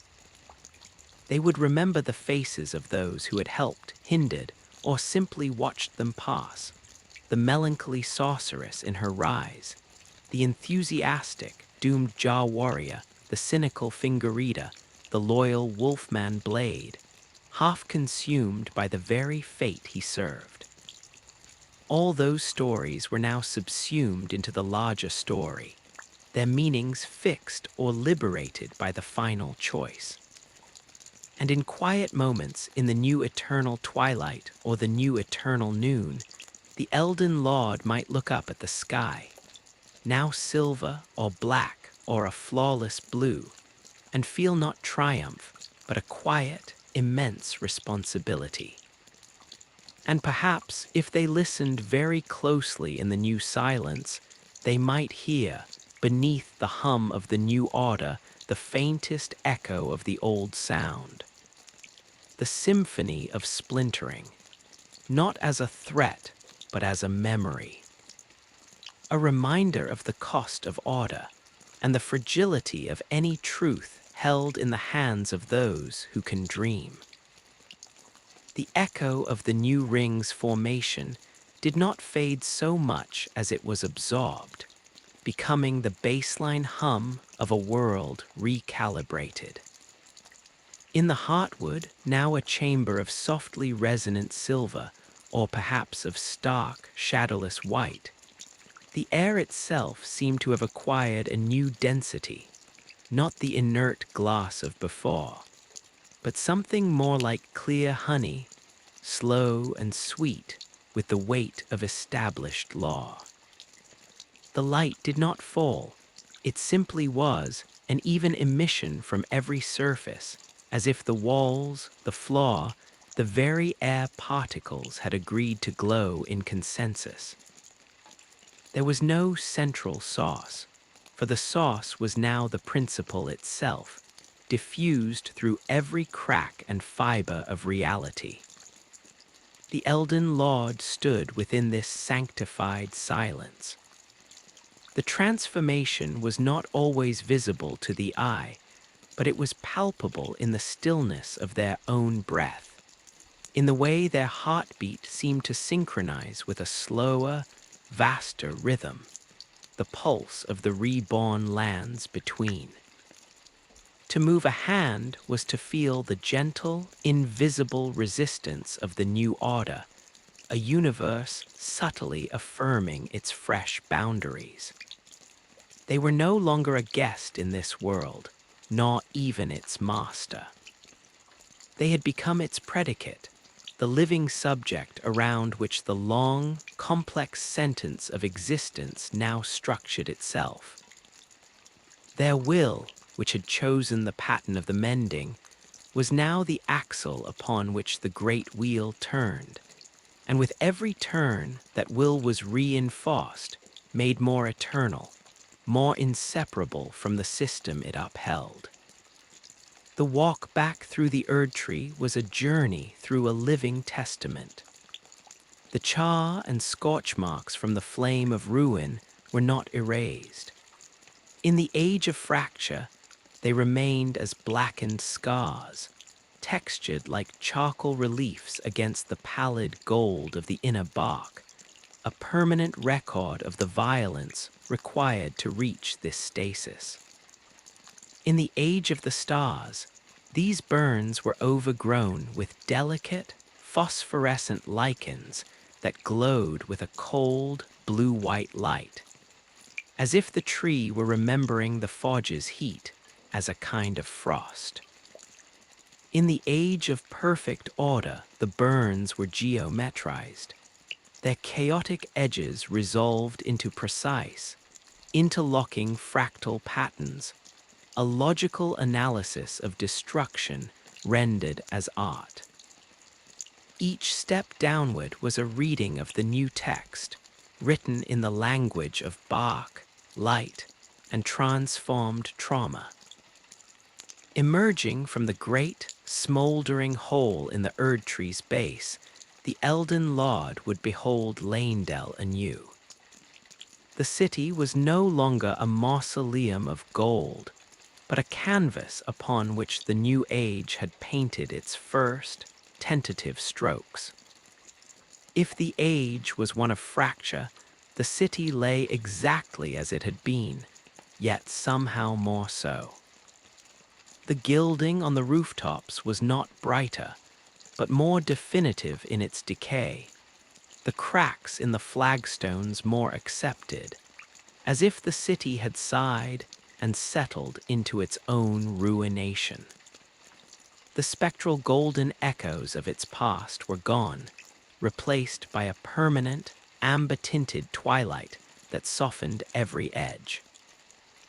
The few remaining perfumers moved through the streets like slow-motion gardeners, not tending blooms of hope, but carefully pruning the city's melancholy, ensuring the sorrow grew in an orderly, beautiful fashion. If the age was of the duskborn, a soft, silver fog would coil through the boulevards, muting all sound. The Erd tree's light, now a muted lunar glow, cast long, faint shadows that seemed to linger a moment too long. From the alcoves and archways, the forms of those who live in death moved without hostility, their skeletal grace a part of the city's new choreography. They did not attack, but observed, their hollow eyes holding a quiet recognition. They were citizens now, their existence no longer a heresy, but a cornerstone. The air carried the scent of damp soil and late-blooming night flowers, and the distant, gentle ringing of a bell that told not for danger, but for the peaceful passage of another cycle into rest. In the age of perfect order, Lanedell would be breathtaking in its sterility. Every surface, from the grand statues to the cobblestones, would be flawlessly clean, as if rain no longer carried dust. The light was a uniform, shadowless white, revealing every architectural detail with ruthless clarity. There was no weather, only a gradual, imperceptible change in the quality of light to mark the passage of abstract, mathematical time. Citizens, if any remained, would move with efficient, silent purpose along predetermined paths, their faces serene and empty, their interactions a series of perfectly balanced exchanges. There would be no laughter, no raised voices, only the soft rustle of cloth and the occasional, pure tone of a bell signaling a change in civic phase. The city would function with the awe-inspiring, chilling precision of a clockwork universe. And under the age of the stars, Lanedell would be empty. Not abandoned, but vacated. The physical city remained, but it felt like a shell, a discarded chrysalis. The sky above would be a profound, velvety black, pierced by countless cold, sharp stars and dominated by a full, dark moon that cast a light so faint it seemed to leach color rather than illuminate it. The golden leaves of the Erd tree would have turned to brittle, black lace. The only sound would be the wind, not howling, but whispering secrets in a language of frost and cosmic dust. The city was no longer a capital. It was a monument to absence, a stepping stone left behind on a journey too long to comprehend. The Elden Lord in this age would not rule here, but would be a figure stepping through a museum of a forgotten civilization, on their way to a 1,000-year voyage. Beyond the capital's walls, the transformation of the world was a slow, geological sigh. Change did not sweep across the landscape in a wave, but seeped into it, as dye into cloth, altering its fundamental hue. The guidance of grace, that once flickering wisp, was gone entirely for most. Its purpose had been fulfilled. Now the world itself was the guide, its very structure pointing toward the new equilibrium. In Limgrave, the winds changed their tune. Under fracture, they carried the same sense of iron and damp earth, but the undercurrent of ozone and forgotten magic faded, replaced by a simple, enduring saltiness, as of a sea that had retreated long ago. The wildlife lost its jerky, memorial quality. The soldiers, those hollow men in tarnished armor, would slowly cease their patrols. Some would simply sit down against crumbling walls, their armor becoming nests for thorny vines, their bodies gradually petrifying into statues of weary guardianship. Stormville Castle, Godric's pathetic seat, would see its grafted horrors grow still. The limbs sewn onto the lesser grafted would wither and fall away, leaving confused, frail creatures that huddled in the courtyards, blinking in the unchanging twilight, no longer driven by stolen ambition, merely existing. The castle itself would become a vast, crumbling hive of quiet futility, its storms abating to a perpetual, mournful drizzle. Under the duskborn, Limgrave's forests would grow denser, darker, richer. The Erdtree's pale light was filtered through a canopy that seemed to drink it, turning the glades into realms of deep, verdant shadow. Here, death was not a scar, but a fertilizer. New, bioluminescent fungi would sprout from fallen logs, casting gentle pools of green and blue light. Spectral stags, their forms woven from mist and memory, would move silently between the trees, and the howls of wolves would take on a melodic, almost elegiac quality. Life and afterlife would blur at the edges, creating a world of profound, fecund mystery. In the Liurnia of the lakes, the nature of reflection was permanently altered. In an age of fracture, the lakes would still as glass, their surfaces showing not the sky, but a perfect, static replica of the world above, a world forever trapped in its moment of ruin. The Academy of Rea Lucaria would become a true tomb of crystal, its sorcerers finally achieving the stillness they sought, their glintstone hearts ceasing to beat, their thoughts frozen mid-calculation like insects in amber. Under the stars, Liurnia would become a gateway. The lakes would not reflect, they would become portals, their surfaces shimmering with the inverted constellations of the night sky. To gaze into them would be to feel a terrifying pull, a dizziness of depth that spoke of the vast journey ahead. The academy itself might crumble, its stone sinking slowly into the water, as if the very land were rejecting the terrestrial knowledge it held, making way for the cold literacy of the cosmos. Seelead's torment would undergo the most dramatic metamorphosis, though not necessarily a healing one. In the age of fracture, the scarlet rot would simply stop. The pulsating fungal flesh would harden, becoming a landscape of grotesque, coral-like architecture. The glittering spore mist would settle, dusting everything in a fine, pinkish powder that did not corrupt, but preserved. General Radon's colossal form would finally, truly succumb, his body becoming a new mountain range at the center of the scarlet waste, his great swords weathering into stone spines. The creatures trapped in rot would be frozen mid-transformation, becoming part of the terrain, a night forever reaching, a dog forever howling, a monument to a battle that had become geography. Under perfect order, Seelead would be sanitized.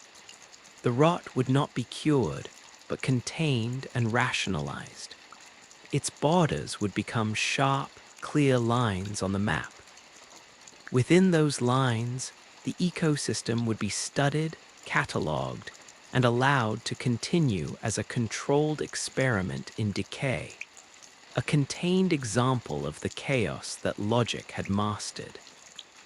The suffering within would continue, but it would be a data point, its screams translated into silent, runic equations etched onto obelisks at the zone's perimeter.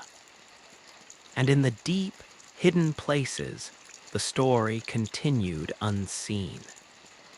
The eternal cities, Nokron and Nixtella, with their artificial starry skies, would react to the new age with ancient, inscrutable logic.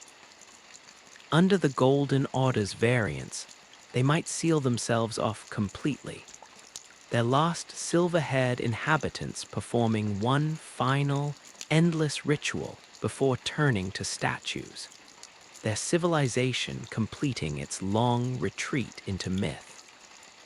Under the age of the stars, however, these cities might awaken. Their stone constellations might brighten, their mechanisms groaning back to life after eons. They might not open to the surface, but turn their gaze fully upward, their long-forgotten purpose aligning with the new, cold heavens, becoming way stations for a journey they were always meant to facilitate. Mogwin Palace, deep in its sea of blood, would be a pocket of violent resistance. The outer god of blood, formless mother, was a will opposed to order itself. In any age that imposed a new law, her domain would become a festering abscess. The blood might coagulate, turning to a thick, clotted jelly. Moog, Lord of Blood, might find his power waning, his communion interrupted by the dominant signal of the new ring. He would rage in his cathedral, a king in a shrinking kingdom, his dreams of a sanguine dynasty collapsing inward, the stolen, slumbering form of Miquella perhaps finally crumbling to dust in its cocoon, released from one nightmare into nothingness. The Haligtree, that monument of doomed compassion, would experience a quiet apotheosis or a final death. In a kind age, its petrification might reverse, not to vibrant life, but to a state of gentle, sorrowful growth. Its branches, though still weeping golden sap, might produce leaves of a unique, silvery green hue. It would not become a new Erd tree, but a sanctuary in truth, a place where the misbegotten, the Albinorics, and all the cursed could live without persecution, not because the world loved them, but because the new law simply allocated them this space. It would be a beautiful, isolated ghetto of mercy.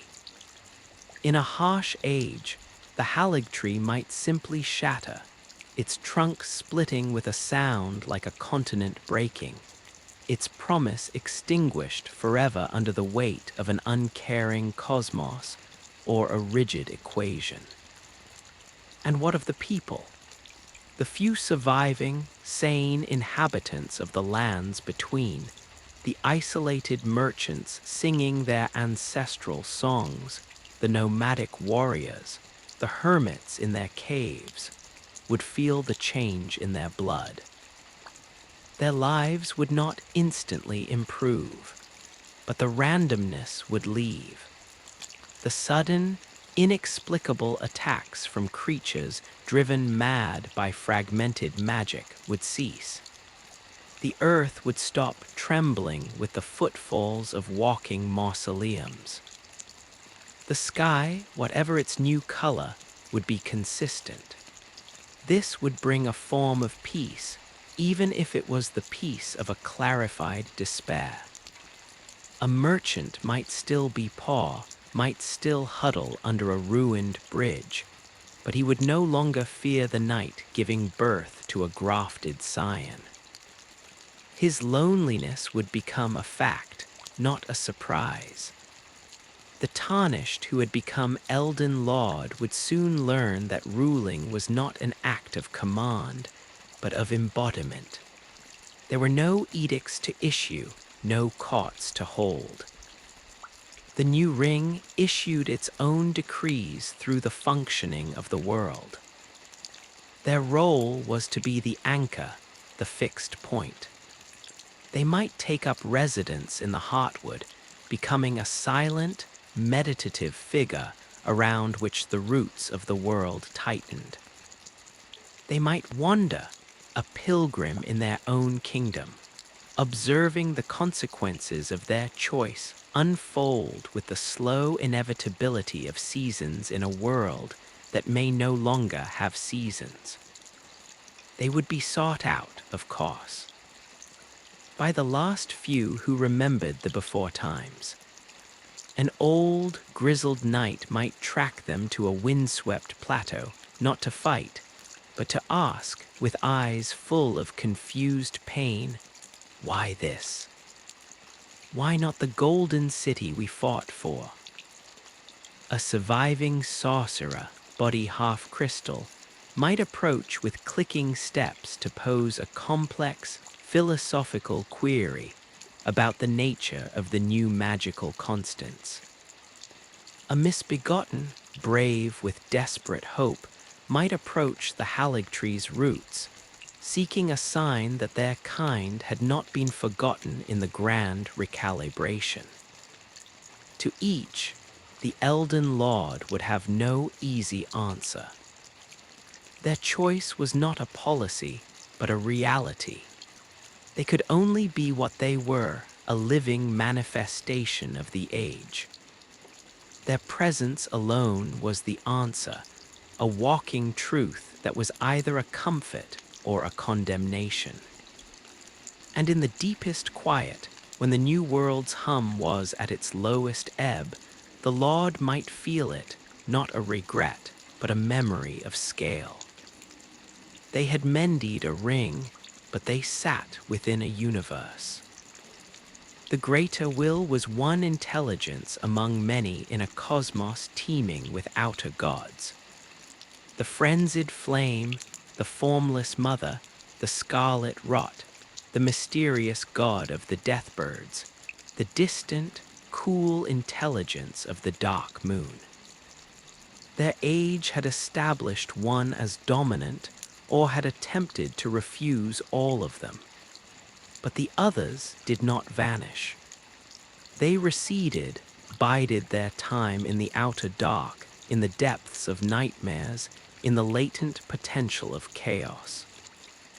The new order was not the end of conflict, but the drawing of a new battlefield. The Elden Ring was a claim staked upon reality, and other claimants still circled in the void, waiting for the vigilance of the Lord to wane, for the new geometry to develop a crack. For now, however, there was only the long, slow exhalation of a world after catastrophe. The lands between were no longer between anything. They had landed. They had chosen, or been chosen for, a definitive state of being. The endless, recursive ruin had found its resolution, even if that resolution was to make the recursion eternal. The story of the Shattering was over. It had culminated in a silent chamber, a touch, and a rewriting of light. What followed was not a new story, but the long, endless sentence of the consequence. A sentence written in silver light on black velvet, or in golden equations on white stone, or in the silent, patient growth of fungus on a petrified battlefield. A sentence to be lived, breathed, and endured until the end of time, or until another will in some distant future felt the weight of eternity and reached for a hammer of its own. But for now, under a sky that was finally, definitively, what it was, there was only the calm. The profound, unsettling, and beautiful calm of a question that had, at last, received an answer. The calm was not an emptiness, but a saturation. It filled the valleys and the high passes, the silent cities and the whispering forests, with the presence of a decision that could not be unmade. It was the quiet of a clock whose final gear had meshed, of a song that had resolved onto its ultimate, sustained chord. In this calm, every sound that dared to exist, the distant tumble of a pebble down a scree slope, the creak of a branch in a wind that had forgotten how to roar, the soft exhalation of the Elden Lord themselves, seemed amplified not by volume, but by significance. Each was a tiny annotation in the margin of the new, vast text. The Erd tree, that once dominant axis of the world, now stood as a symbol whose meaning had been reassigned. In the age of fracture, it was a magnificent corpse, its light a perpetual, gentle dusk that cast no warmth, only a clarifying gloom. Its leaves, once vibrant gold, were the color of old parchment, and they did not fall in autumn cycles, but hung limp, absorbing the static twilight. Sap, thick and slow as cold honey, oozed from cracks in its bark, hardening into amber tears that encased fallen leaves and dead insects, tiny, perfect dioramas of the world's stasis. The tree was no longer a giver of life, but a curator of ruin, its very presence a statement that this was as good as it would ever be, and that was enough. Under the duskborn, the Erd tree underwent a haunting metamorphosis. Its gold leached away, leaving behind a silvery, almost metallic sheen, like moonlight on wet bark. Its roots, delving into the underworld where Godwin's body lay, seemed to thrum with a quiet, reciprocal energy. From its boughs hung not leaves, but delicate, bell-shaped blossoms of pure white that gave off a faint, pearlescent glow. They made no sound, but when the rare breeze stirred them, they released a scent of frost and lily, a fragrance of clean endings.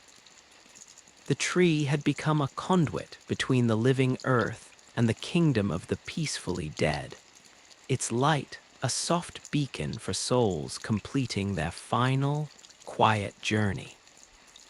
In the sterile embrace of perfect order, the Erd tree was transfigured into an icon of pure function.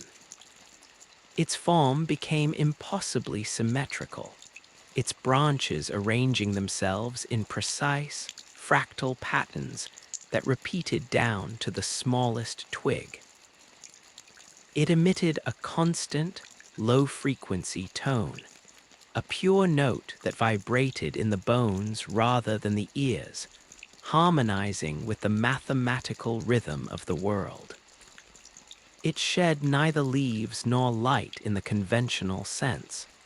Instead, it periodically released cascades of geometric shapes, flawless golden triangles, hexagons, dodecahedrons that drifted to the ground and dissolved into the soil, a nutrient of pure logic for the land. It was beautiful in the way a masterfully solved equation is beautiful, devoid of life, yet brimming with a terrible, compelling truth. And in the vast loneliness of the stars, the Erd tree was simply absent. Not destroyed, but rendered irrelevant. In its place, or perhaps around its petrified, blackened husk, the sky dominated. The heavens were a crushing, magnificent tapestry of alien constellations, swirling nebulae of violet and cobalt, and the ever-watchful, dark moon. The tree was a silhouette, a jagged interruption in the stellar field, a reminder of the terrestrial concerns that had been left behind. Its physical form might remain for millennia, a stark, dead monument on the horizon, but its meaning had been voided, its story overwritten by a narrative too large to contain it. The Elden Lord's existence mirrored the tree's transformation.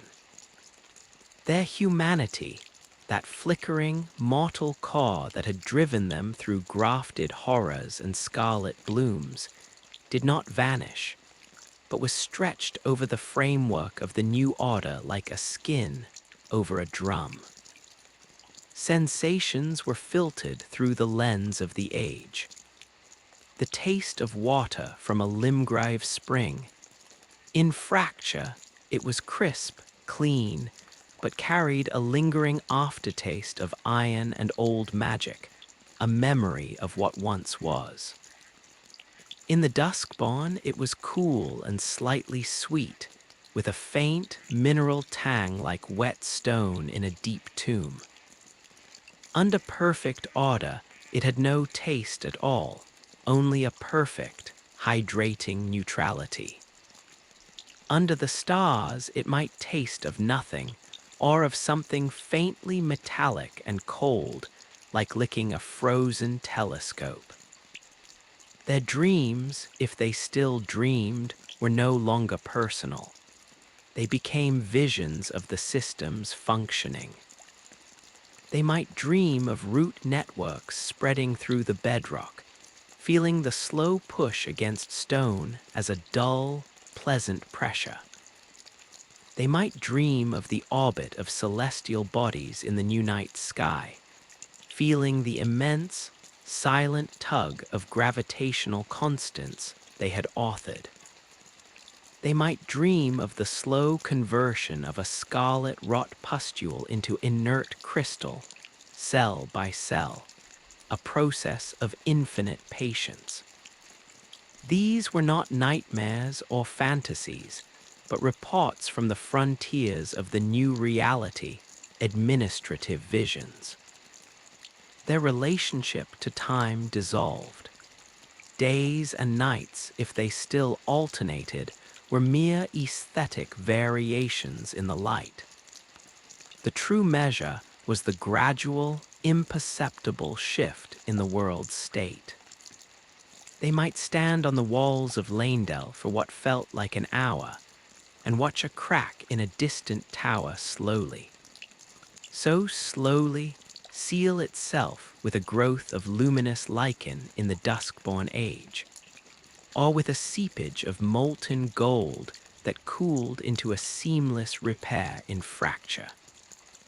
They might witness a valley over centuries, seeing forests rise and fall not in wild cycles, but in deliberate, patterned succession, each species having its appointed time and place under perfect order. They became a witness to geology, to ecology, to the stately dance of cause and effect they had set in motion. And they were not alone in this eternity. Other consciousnesses, trapped in the new design, reached out. Not with words, but with emanations of pure being. From the depths, where the death root had been sanctified or neutralized, came a slow, cold pulse of acceptance. It was the echo of Godwin's soulless body, now integrated. It was not a thought, but a sensation. The feeling of vast, peaceful darkness, of a weight finally settling, of a wrong note harmonized into the chord. It was the gratitude of an ending that had found its place. From the frozen, celestial battlefields of the mountaintops, where the flame of ruin was now a memory locked in ice or a contained variable in an equation, came a different emanation, a grinding, patient resentment. It was the will of the fire giant, last of his kind, chained to a forge that no longer had purpose. His was not a hatred that raged, but one that cooled into a permanent, glacial bitterness, a single, unyielding point of dissent in the universal consensus. The Elden Lord would feel it as a cold spot on the psychic landscape, a place where the new order had to exert constant, subtle pressure to maintain its form. From the halig tree, if it endured, came a soft, collective sigh. It was the relief of the unwanted, the cursed, the imperfect. Not joy, but the cessation of persecution. It was the feeling of a door left open, a space made in the world without fanfare or celebration.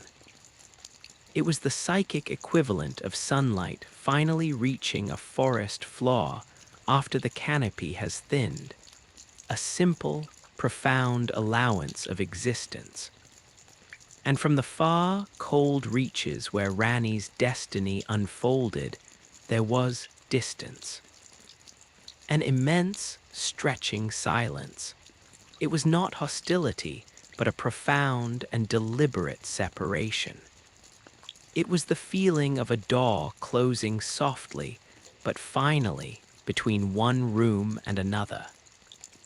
A farewell so complete it felt like a different kind of presence. In the ages tied to the earth, this distance was a quiet ache, a reminder of a path not taken. In the age of the stars, it was the environment itself, a vast, inviting loneliness. The Elden Lord's physical form began to reflect their role. The changes were subtle, incremental, the work of centuries. Their armor, if they wore any, might fuse gently to their skin, the metal losing its luster and taking on the texture of ancient, weathered stone or smooth, petrified wood. Their eyes, when they could be seen, might hold not a pupil, but a tiny, perfect reflection of the Elden Ring's new form. A swirling silver mandala, a static golden geometry, a pinprick of star-filled night. Their hair might lighten to the color of ash, or streak with metallic filaments, or grow impossibly long and fine, stirring to currents no mortal could feel. They were becoming a monument to their own choice, a statue in the process of being carved by the slow drip of eternity. They would occasionally encounter the last, fading remnants of the old wars. A spectral battalion of Lanedell soldiers, their forms now so faint they were like heat haze, might be seen reenacting a long-forgotten patrol in a canyon, their cries silent, their movements on a loop. The Elden Lord's presence, the living heart of the new law, would sometimes disrupt these echoes. The ghosts might pause, turn their translucent heads, and for a moment, their faceless gazes would hold a question, a confusion before they flickered, and resumed their endless, pointless march. They were memories the world had not yet finished digesting. In the swamps of Liurnia, where the last living sorcerers had turned fully to glintstone, the Elden Lord might find a figure seated on a throne of crystal, its body a geode of pulsating blue light. A whisper, not of air but of thought, might brush against their mind, a complex, half-formed theorem about the transference of consciousness, a last, desperate attempt at communication from a being that had traded flesh for knowledge and was now trapped in its own conclusion. The Lord would have no answer, for the new order had its own answers, and they were not expressed in theorems, but in the functioning of the world. The greatest test was not conflict, but the management of this endless, unfolding aftermath. The new order was a complex, interlocking system, but it was not perfect. Flaws would emerge. In the age of fracture, a region might tip from stasis into true decay, the rot not of scarlet, but of absolute neglect, where life simply ceased to bother. The Lord would feel this as a numbness, a dead zone in their perception, and would have to journey there not to fight, but to simply be present, there while acting as a keystone to restabilize the local reality. In perfect order, a paradox might arise, a living creature that, through some quantum flaw in its conception, did not fit its preordained role. It might be a wolf that showed compassion, a flower that bloomed out of sequence. This anomaly would cause a subtle, localized dissonance, a sour note in the harmony. The Lord's role would be to observe, to assess whether the anomaly was an error to be corrected, or a new, unexpected variable to be incorporated into the grand equation. Their choice in that microcosm would ripple outward, adjusting the order in tiny, significant ways.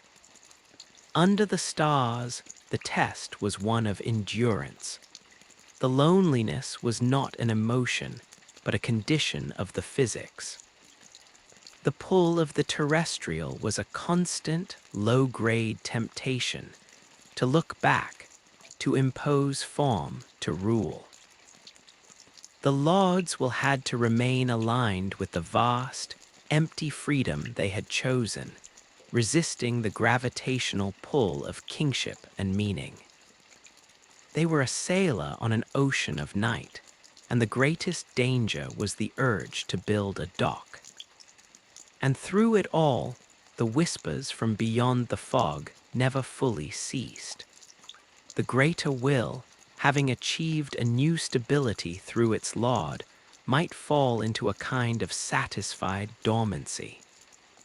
But the others, the frenzied flame, locked away but simmering in the heart of every atom, would send tendrils of temptation. In moments of stillness, the Elden Lord might feel a sudden, terrifying warmth, an offer of blissful release from the burden of form and distinction. It would be the psychic equivalent of a yawn, a sigh, an invitation to let go and melt everything into glorious, golden nothing. The Lord's will, hardened into the foundation of a world, was the only dam holding it back. The formless mother, denied her bloody dynasty, would whisper from wounds that still bled in secret places. Her voice was a wet, promising ache, a suggestion that true vitality lay in violation, in the sacred act of tearing open the perfect, sterile skin of the new order. She offered not destruction, but a more vibrant, painful, real kind of life. These were not battles to be fought with swords, but with unwavering presence. The Elden Lord was the immune system of the new age. Their constant, calm affirmation of the chosen path was the antibody that neutralized these invasive whispers. They did not conquer chaos. They defined it as outside the system, and their definition made it so. Millennia would pass. Languages born after the Shattering would rise, flourish in the new conditions, and die, their words never capturing the reality of the world before. The tarnished would become a myth, then a forgotten footnote. The demigods would become geological features, their names given to mountains, their stories to constellations. The shattering itself would blur into creation myth, a story of how the world was born from a broken god. And the Elden Lord would remain, sitting on a throne of roots in the heartwood, or standing vigil on a forgotten peak, or walking an endless shore under alien stars. They were the eternal custodian, the living seal upon the vessel of the world. Their greatest triumph was also their infinite sentence. They had stopped the symphony of splintering, and in its place, they conducted the silent, endless hum of a reality that had finally, for better or worse, made up its mind. The journey was over. The road was gone. There was only the destination, vast and deep as time itself, and they were its lonely, sovereign heart. The silence, after eons, was not a void, but a plenum, a substance so rich with settled meaning it had become the very medium of existence. The Elden Lord's consciousness, once a flickering candle of mortal intent, had diffused into the atmosphere of the age, a pervasive awareness that felt the growth of moss on the north side of stones as a mild, green thought, and the slow migration of continental plates as a deep, somatic rumble. They were no longer a ruler on a throne, but the throne itself, not a singer of the world's song, but the resonance within the instrument. The boundaries of self had softened like salt in water, leaving a presence that was everywhere and nowhere, a watchfulness woven into the pattern of rain and the arrangement of stars. In this state, perception was not through eyes, but through the qualia of the order. The Lord did not see the passage of a comet in the age of stars. They felt it as a slight, thrilling dissonance in the celestial harmony, a brief pull on the threads of fate before equilibrium reasserted itself. They did not hear the roots of the halig tree groaning as they thickened in the duskdawn. They tasted it as a complex, woody bitterness on the back of an intangible tongue, a flavor that spoke of patient, sorrowful growth.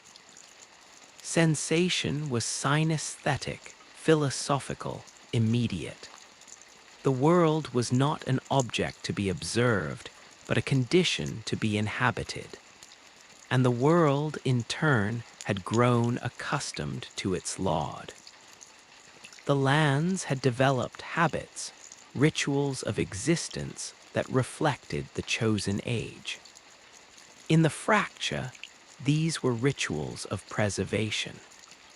In the blasted plains where radon and myelenia had clashed, the petrified fungal blooms now served as wind sculptures. Over centuries, the scouring winds had carved the hardened rot into smooth, twisted forms, abstract statues that hummed faintly when the gales passed through their hollows, producing a chorus of lonely, reedy notes that sang of a battle fossilized into art. Creatures that had survived the scarlet decay, now immune to its advance but mocked by it, had evolved. The giant crows of Seaweed grew feathers the color of tarnished brass, and their cries echoed the distorted melodies of the wind sculptures, a call and response across the dead landscape that was less communication and more a shared acknowledgement of stasis. In the wetlands of Liurnia, under the dusk-born silver fog, new forms of life emerged from the marriage of water and death. Pale, blind fish with skeletal fins swam in the shallows, their bodies translucent, revealing ghostly internal structures that pulsed with a soft, bioluminescent light. They fed not on algae, but on the memories of drowned sorcerers, filtering the psychic residue from the water and converting it into cold, chemical energy. Their schools moved in perfectly synchronized, silent ballets, living representations of the peaceful, collective unconscious of the dead. On the shores, willows wept not water, but a thin, silver mist that coalesced into temporary humanoid shapes, shades that would mimic the gestures of passers-by for a moment before dissipating. A gentle, meaningless mimesis of lost life. Under the relentless clarity of perfect order, evolution was not left to chance. It was a scheduled, deliberate process of optimization. In the Altus Plateau, the herds of graceful antelope that once roamed were gradually replaced by identical, sleek-bodied grazers with coats of short, white fur. They moved in mathematically perfect formations, their steps falling in unison, their heads turning at the same angle to graze. They felt no fear, only a efficient awareness of resource distribution. Predators had been logically phased out. They were an inefficiency in a system where population could be managed through controlled, painless culling, performed by autonomous, golden constructs that descended from the Erd tree like falling leaves, dissolving their chosen targets into light and nutrient data. The landscape itself was gardened. Forests were arranged in pleasing, fractal spirals. Rivers were straightened into elegant canals. Every waterfall was precisely the same height, and its mist formed rainbows at the same hour each day. Beauty was not emergent, it was engineered, a dividend of flawless function. And in the vast, star-chilled exile of Rani's age, life took on a desperate, adaptive strangeness. With the Erd tree's influence a dead letter, the fundamental principles of growth and form were unmoored. In the frozen wastes, plants grew not toward light, but toward the faint gravitational pull of the dark moon. They were spirals of black, glossy fronds that chimed against each other in the wind, producing fragments of crystalline music. Animals, what few remained, were insubstantial, their bodies more like condensed shadow or coherent mist than flesh. They were observers, not participants, living lenses that reflected the alien sky above.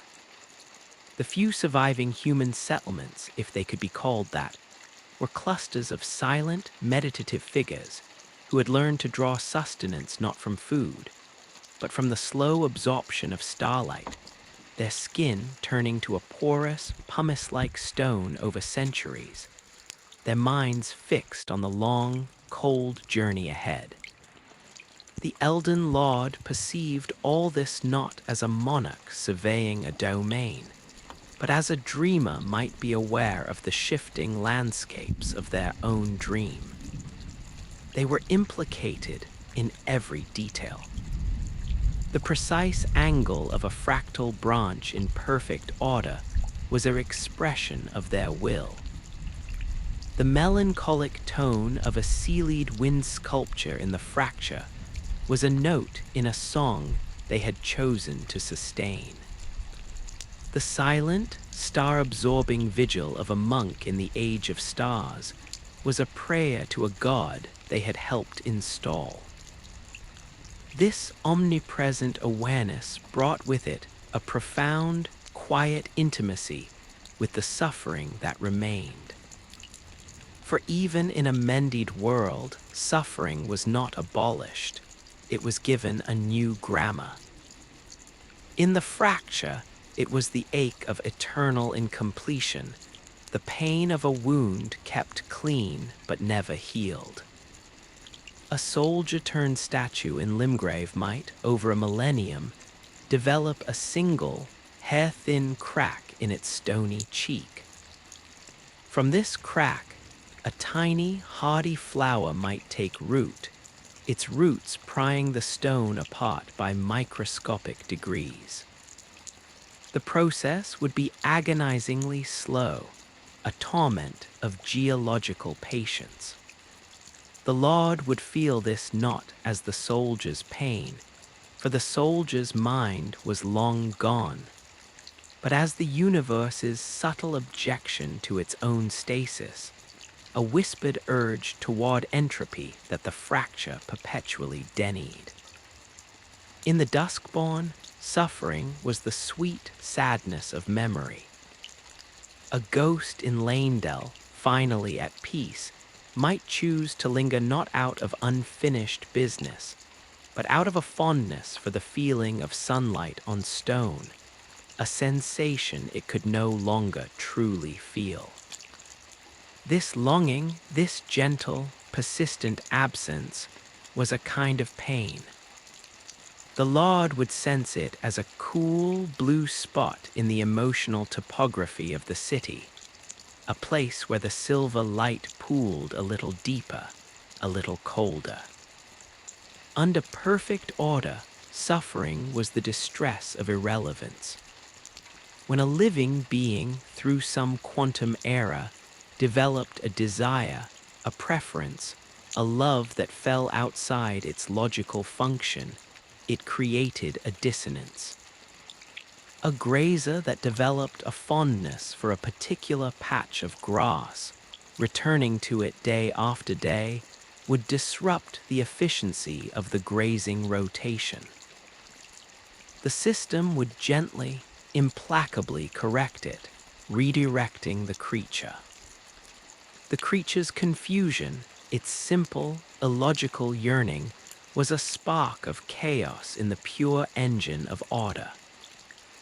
The Lord would register this as a minute, localized spike in informational noise, a static that required smoothing. The correction was painless, but the existence of the desire itself was a tiny, tragic flaw in the perfection. And in the age of stars, suffering was the vertigo of absolute freedom. The removal of all guiding grace, all predetermined fate, was a liberation so vast it became a form of existential terror. A stargazing monk, after centuries of stillness, might be seized by a sudden, overwhelming urge to move, to walk west for no reason. But in a world without maps, without destinations, without purpose, every direction was equally valid and equally meaningless. The paralysis that could follow, the crushing weight of infinite possibility, was a unique agony. The Lord, bound to the same cosmic journey, would feel this not as empathy, but as a sympathetic vibration in the great, silent chord of their shared destiny, a faint tremolo of fear in the endless night.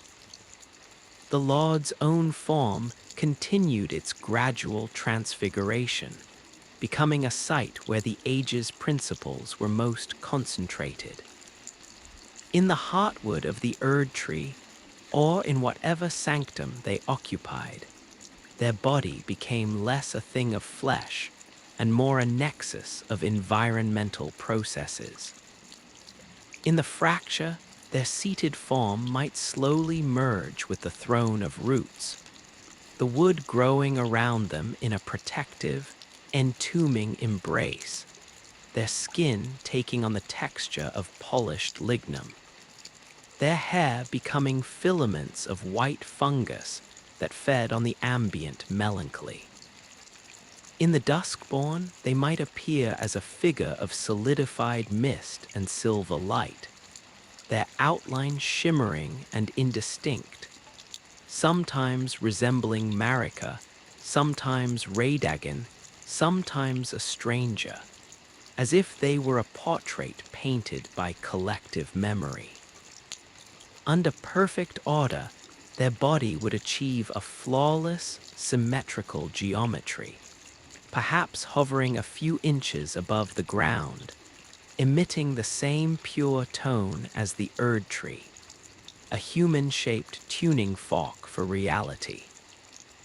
In the age of stars, they might have no fixed form at all, appearing as a brief constellation in the eyes of an observer, or as a sudden, profound chill in the air, a person-shaped pocket of deeper night.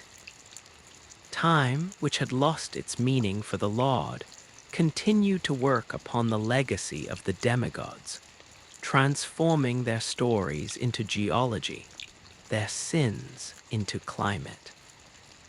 Godric's grafted legacy, once a pathetic scramble for power, became a curious footnote in the natural history of the fracture. The practice of grafting, stripped of its desperate intent, was adopted by a strange, slow-moving species of tree dweller in the Stormfoot Hills.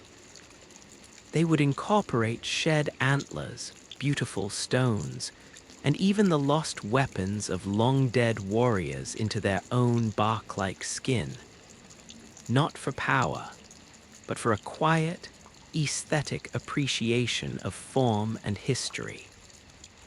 They were living museums, and their solemn, silent gatherings in Godric's derelict courtyard were a kind of unintentional memorial, a transformation of grotesque ambition into a culture of melancholic collection. Rykard's blasphemous communion in MT, Gelmia left a different legacy. The great serpent, its will extinguished with its devourer, became a true mountain range. Volcanic activity ceased, but the rocks retained a strange, porous quality, and when the rare rains fell, they would trickle through the stone and emerge in caverns below as streams of warm, faintly saline water. These caverns, lit by luminous minerals, became sacred places for whatever beings inhabited the new age, not because of the serpent's heresy, but because the water carried a lingering, psychic echo of infinite hunger, which, when consumed in moderation, induced vivid, terrifying dreams of consumption and unity. It was a dark sacrament, a way to safely taste the madness that had once threatened to devour the gods. Miquella's unfulfilled compassion, even in his absence, exerted a gentle gravitational pull. In ages that permitted it, places of sanctuary would spontaneously arise. A grove of trees with golden-sapped bark would form a perfect circle, within which aggressive creatures would lose their hostility. A spring would bubble up with water that had a faint, sweet taste and curative properties. These places were never marked on maps, but were found by the lost, the broken, and the cursed, as if the land itself, remembering the Empyrean's dream, occasionally sighed and made a space for mercy. The Lord would feel these spaces as warm, soft pulses in the fabric of the world, like a sleeping heart beating underfoot. And the night of the Black Knives, that original sin, was finally assimilated. The assassins themselves, those spectral, silver-skinned figures, did not fade. In the Duskborn, they became guides, shepherding particularly troubled or powerful souls to their final rest. In perfect order, they were catalogued and contained, their essence stored in sealed, rune-locked vaults as examples of chaotic variables. In the fracture, they were simply another part of the scenery, seen sometimes at the edge of vision, standing on high battlements, their knives sheathed, watching the unchanging twilight with empty eyes. Their purpose was spent, and they were now artifacts of a causality that had been rewritten. Through it all, the Elden Lord maintained the one faculty that had not been entirely subsumed, a capacity for a distant, quiet wonder. It was not joy nor regret, but a state of awe at the sheer scale of the consequence they inhabited. They could, in a manner of speaking, remember the feeling of rain on a mortal face, the weight of a sword in hand, the sharp, bright fear of mortality. These memories were like pressed flowers in the immense book of their existence, fragile, two-dimensional, but retaining a ghost of their original color and scent. They would sometimes, by an act of concentrated will that felt like stirring a limb asleep for centuries, focus these memories into a single point of almost sensation. The phantom taste of a grape from the Altus plateau, the sound of a blacksmith's hammer in the round table hold, the sight of torrent, their spectral steed, shaking its mane of ethereal mist. These moments were brief, poignant, and served only to highlight the immense, silent ocean of eternity in which they now floated.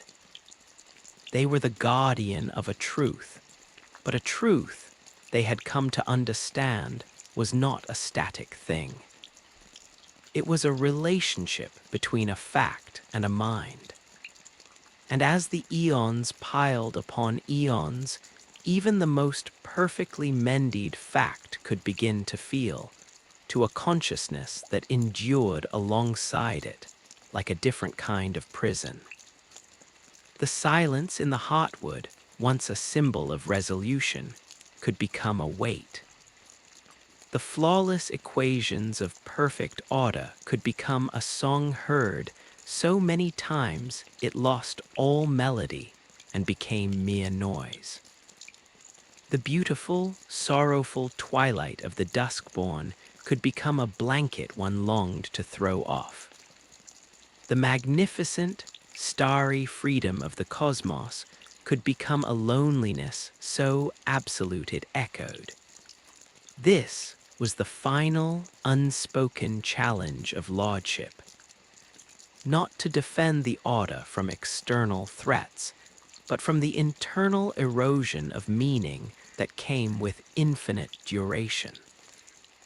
The lords will had to remain engaged, not just as a force of maintenance, but as a continual reaffirmation of choice.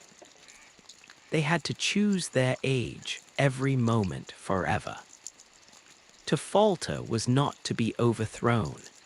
It was to allow the edifice to become hollow, for the magnificent, recursive ruin to begin again from within, not with a shattering, but with a slow, imperceptible sigh of indifference. And so, in the deep places of the world, in the heart of the Lord, where a flicker of the mortal tarnished still glowed, a silent, endless vigil was kept. A vigil not against monsters or rival gods, but against the subtle, insidious temptation of cosmic boredom, the allure of letting the chord finally resolve into silence, of allowing the story to end not with a period, but with a slow fade to gray. For now, however, the chord held. The story continued. The lands between were no longer between anything, but they were still lands, and they endured under their chosen sky. And at the center of it all, a consciousness, vast and quiet as a sleeping continent, continued to dream the world into being. listening to the echo of its own choice reverberate through the halls of eternity, a single, sustained note in the dark. The echo of that note was not a sound, but the shape of time itself, a long, unbroken curve that bent all things back toward their intended state. In the stillness that was not stillness, the Elden Lord perceived the slow metabolism of epochs.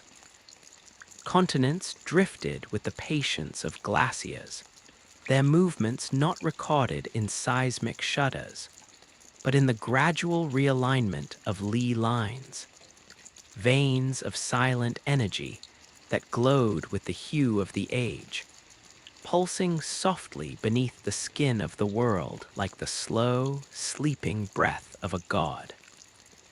Mountains rose not through cataclysm, but through accumulation, grain by grain, as if the very earth were in contemplative prayer, folding itself upward toward the sky in silent supplication or stark, geometric praise.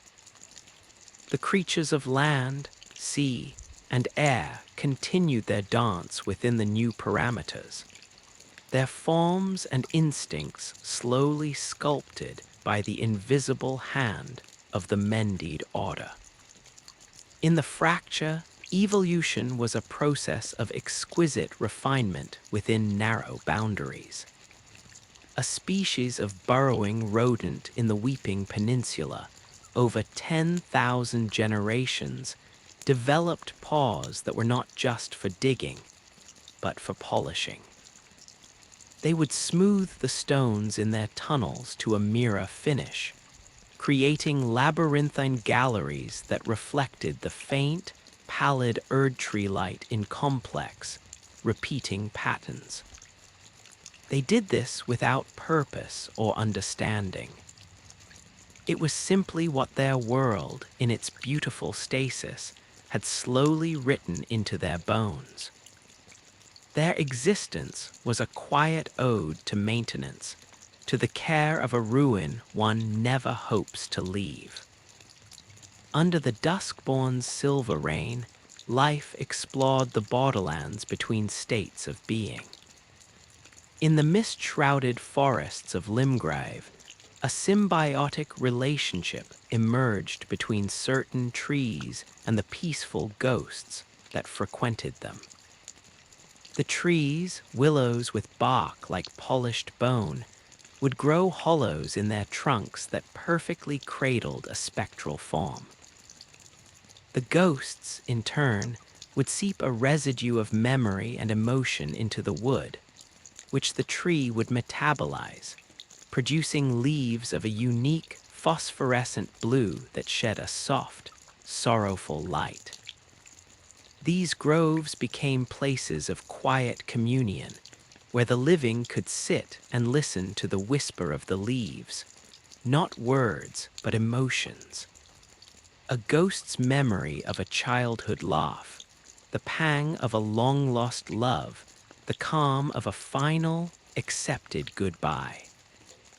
It was not conversation, but a sharing of atmosphere, a mingling of breaths across the ultimate veil. Perfect order permitted no such poetic ambiguity. Biology became a branch of applied mathematics. The flora of the Altus Plateau arranged itself in efficient, photosynthetic arrays. Flowers bloomed not to attract pollinators, but to perform precise, chemical exchanges with the air, their colors shifting through a spectrum to indicate atmospheric composition. Bees, their forms streamlined to aerodynamic perfection, moved in pre-programmed routes, collecting and distributing genetic material not for reproduction, but for calculated biodiversity maintenance, a living algorithm ensuring ecosystemic stability. There was no waste, no redundancy, no beauty for beauty's sake. There was only the sublime, silent hum of optimization. A predator's graceful pounce in this world would be seen as an inelegant and energy-inefficient method of population control, long since replaced by scheduled, painless dissolutions. The thrill of the chase, the fear of the prey, these were archived concepts, emotional fossils studied by the Order's silent, crystalline overseers. And in the deep, star-chilled exile, biology unraveled and reknit itself according to alien principles. With the Erd tree's golden logic removed, the very concept of life expanded. Near the sites of fallen star beasts, where celestial matter had contaminated the soil, rock itself learned to replicate. Crystalline formations would grow, shatter, and the fragments would slowly crawl toward one another, drawn by a faint magnetic resonance, merging to form larger, more complex structures, slow mineral thoughts taking shape over millennia. In the frozen lakes, the water sometimes forgot it was liquid. It would rise in perfect, sculptural columns, holding the shape of a tree or a tower for years before collapsing back into its fluid state, as if briefly dreaming of being solid. Creatures here were often temporary, coalescing from shadow, starlight, and forgotten sound, existing for a single purpose: to observe a particular celestial event, to carry a wind-blown seed to a specific crack in the stone, before dissipating back into the ambient potential from which they came. Identity was fluid, purpose was transient, and the only constant was the vast, watching sky. The Elden Lord, in their omnipresent awareness, was the silent witness to this grand, slow ballet. They felt the satisfaction of the polishing rodents in the fracture as a smooth, cool sensation. They tasted the bittersweet memories in the blue leaves of the dusk-born groves as a complex flavor on a tongue that was everywhere. They understood the flawless calculations of the perfect Order's ecosystem as a series of clean, interlocking thoughts. They endured the chaotic, beautiful improvisation of the Age of Stars as a constant, low-grade creative tension, a universe perpetually sketching itself in the dark. But awareness also meant feeling the fault lines. The new Order, for all its majesty, was not a monolith. It was a tapestry, and threads could fray. In the fracture, the greatest threat was not rebellion, but forgetting. As generations lived and died knowing only the eternal twilight, the original cause of their world's state, the shattering, the demigods, the tarnished, faded into myth, then into nonsense syllables, then into nothing. With that forgetting could come a subtle decay of the Order's reason. The stasis, maintained by the Lord's will, could begin to feel arbitrary even to the world itself. A valley might simply cease. The processes of erosion and growth would halt entirely, not out of defiance, but out of a kind of metaphysical ennui. The land would become a flat, textureless plain of gray dust, a void in the tapestry. The Lord would feel these zones as cold, silent blanks, places where the story had lost the will to tell itself. Repair was not a matter of force, but of remembrance. The Lord would have to pour attention into that void, not as a command, but as a retelling, patiently reimagining the hills, the streams, the rustle of grass, stitch by psychic stitch, until the land remembered how to be. Under the duskbond, the fault line was integration. The peaceful dead and the living were meant to coexist, but coexistence could slip into confusion. Occasionally, a ghost, saturated with particularly strong emotion, might fail to move on. It could grow dense, its sorrow or joy becoming a tangible force, drawing the living into its psychic landscape. A traveler might enter a grove and find themselves reliving the ghost's lost, looping memory for days, weeks, or years, trapped in an echo of another's life. These were not malevolent hauntings, but sticky places in reality, where the boundary between life and death had grown porous and weak.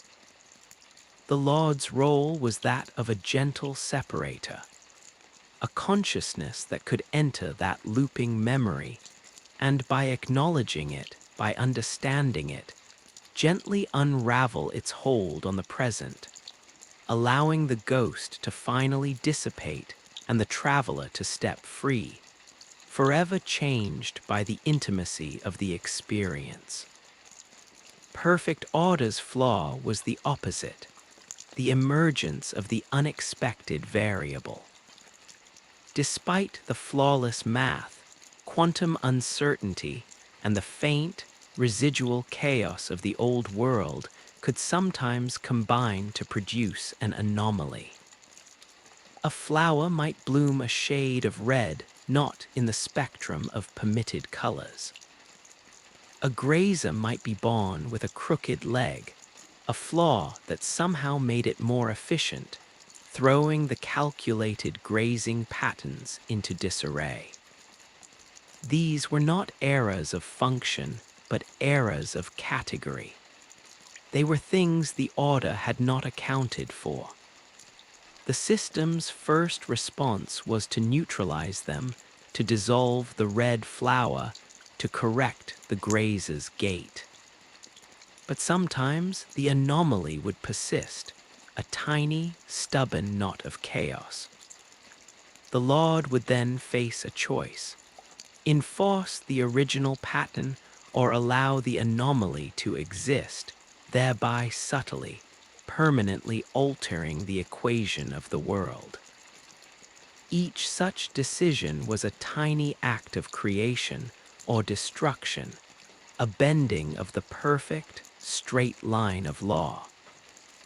And in the age of stars, the fault line was the immense, gravitational pull of narrative. The journey was meant to be without destination, a pure existence under indifferent heavens. But consciousness, it seemed, craved story. Isolated communities of star-absorbing monks might, over millennia, begin to interpret the random drift of constellations as a divine language, constructing elaborate, false mythologies to explain their own existence. They might start to worship the Elden Lord as a distant, star-born deity, building altars to a silence they misunderstood. This creation of meaning, however false, was a betrayal of the age's central tenet, the freedom from all such imposed narratives. The Lord would feel these budding cults as psychic pressures, tiny, bright points of wrong-focused devotion in the vast dark. To address it was to engage, to become part of the story they were weaving. To ignore it was to allow a new, unintended order to grow in the dark.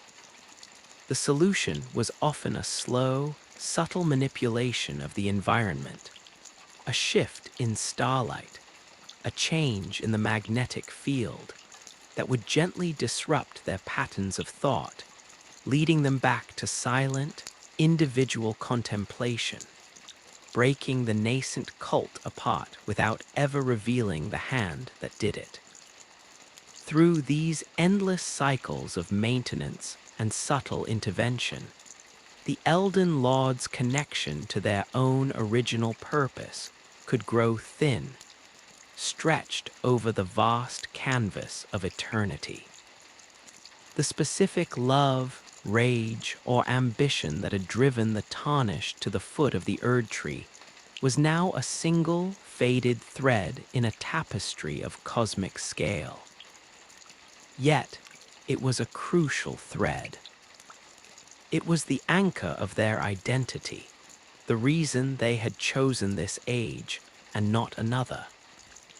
To lose it completely was to become a purely reactive force, a maintenance algorithm, and thus to succumb to the very stagnation or meaninglessness they were meant to guard against. Therefore, the Lord cultivated rituals of remembrance. These were not ceremonies, but profound, inward acts of concentration. In the heartwood, or on a lonely peak, or adrift in the stellar sea, they would gather the scattered dust of their mortal self. They would recall, with an effort that moved continents of time, the feel of the decision. Not the intellectual justification, but the visceral, human truth of it. For the Lord of the fracture, they remembered the exhaustion. Not just their own, but the world's. The bone-deep weariness of a soldier after a battle that never ended. The quiet despair of a healer facing a wound that would not close. They remembered choosing not victory, but ceasefire. Not healing, but the cessation of bleeding. The memory was a taste of cold iron and dry dust, a sensation of setting down a burden so heavy its absence was a new kind of ache. This memory was the root of their patience, the reason they could sit for eons, holding the line against decay. The Lord of the Duskborn remembered the profound, gentle sadness of a funeral for something beautiful. The scent of rain on turned earth, the weight of a final, truthful goodbye. They remembered the clarity that came after tears, the peace that was not happiness, but acceptance. Their choice had been an act of cosmic mercy, of giving the world permission to end properly and peacefully. The memory was a chill, clean air in the lungs, the sound of a single bell tolling in a vast, empty valley. This memory was the source of their compassion, their willingness to gently unravel stuck ghosts and soothe lingering pains. The Lord of perfect order remembered the moment of sublime, terrifying clarity. The vision of a flaw not in the world, but in the idea of a personal God. The realization that love and wrath were both impurities in the lens of truth. Their choice had been an act of intellectual purity, a sacrifice of the heart on the altar of the mind.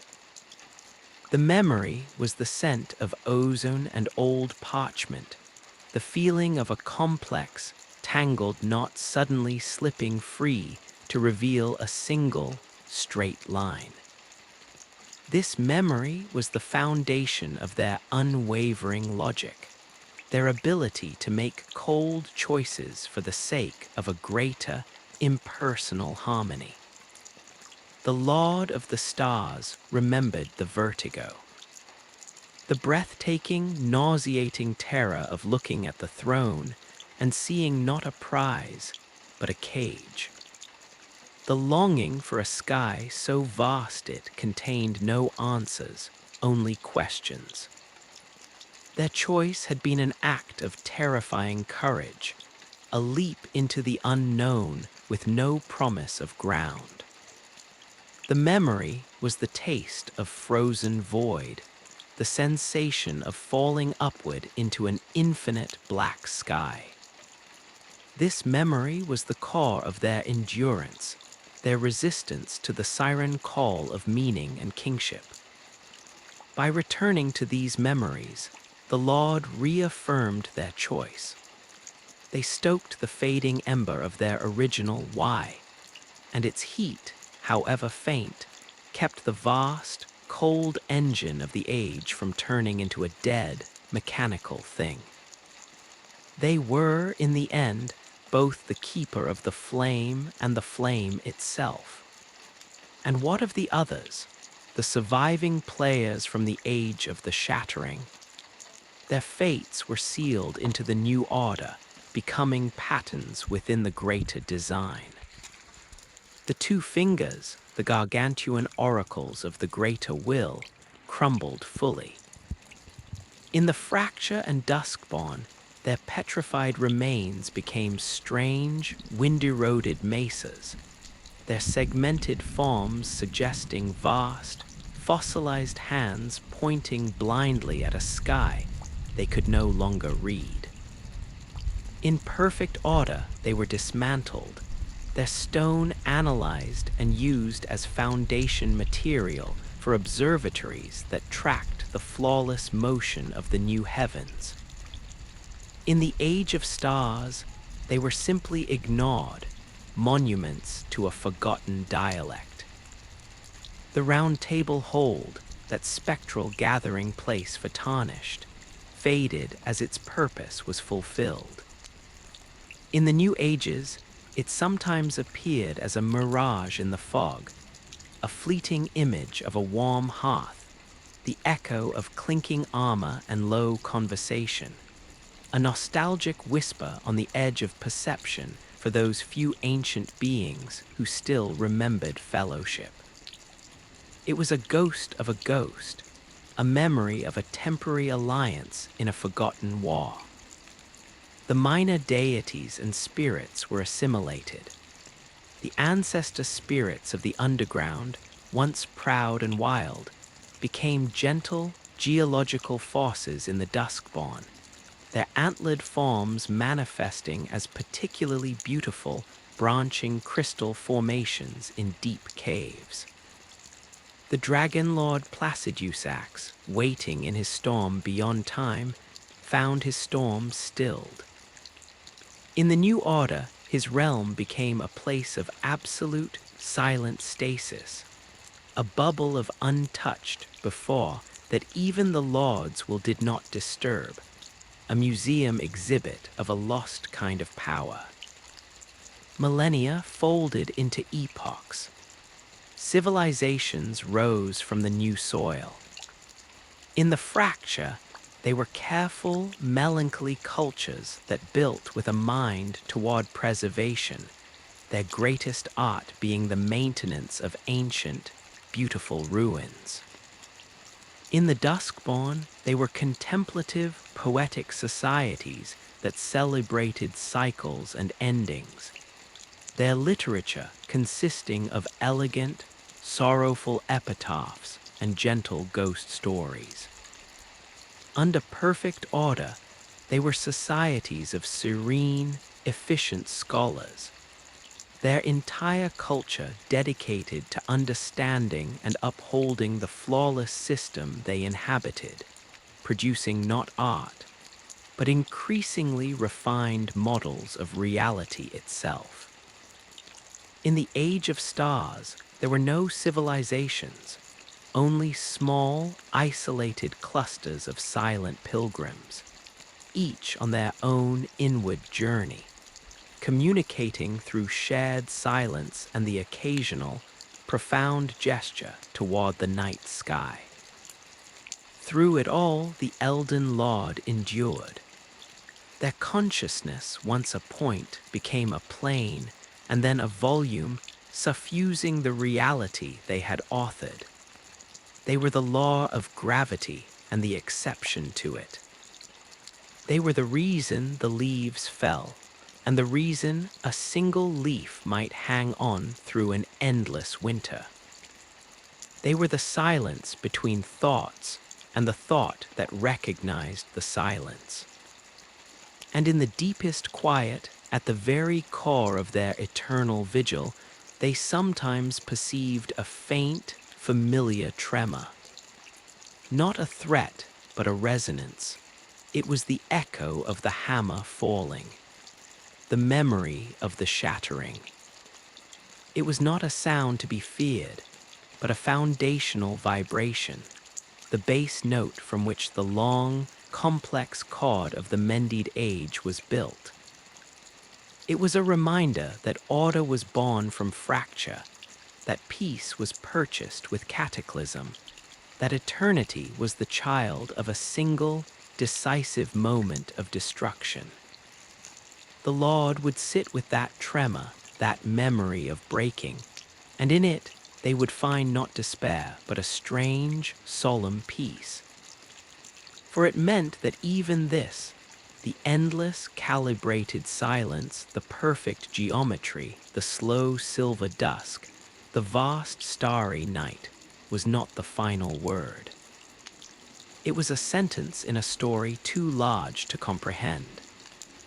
And they were both its author and its first, most faithful reader, turning the pages of a book written in stone, light, and time, waiting with infinite patience to see what the next page might hold, even knowing they had already written every word.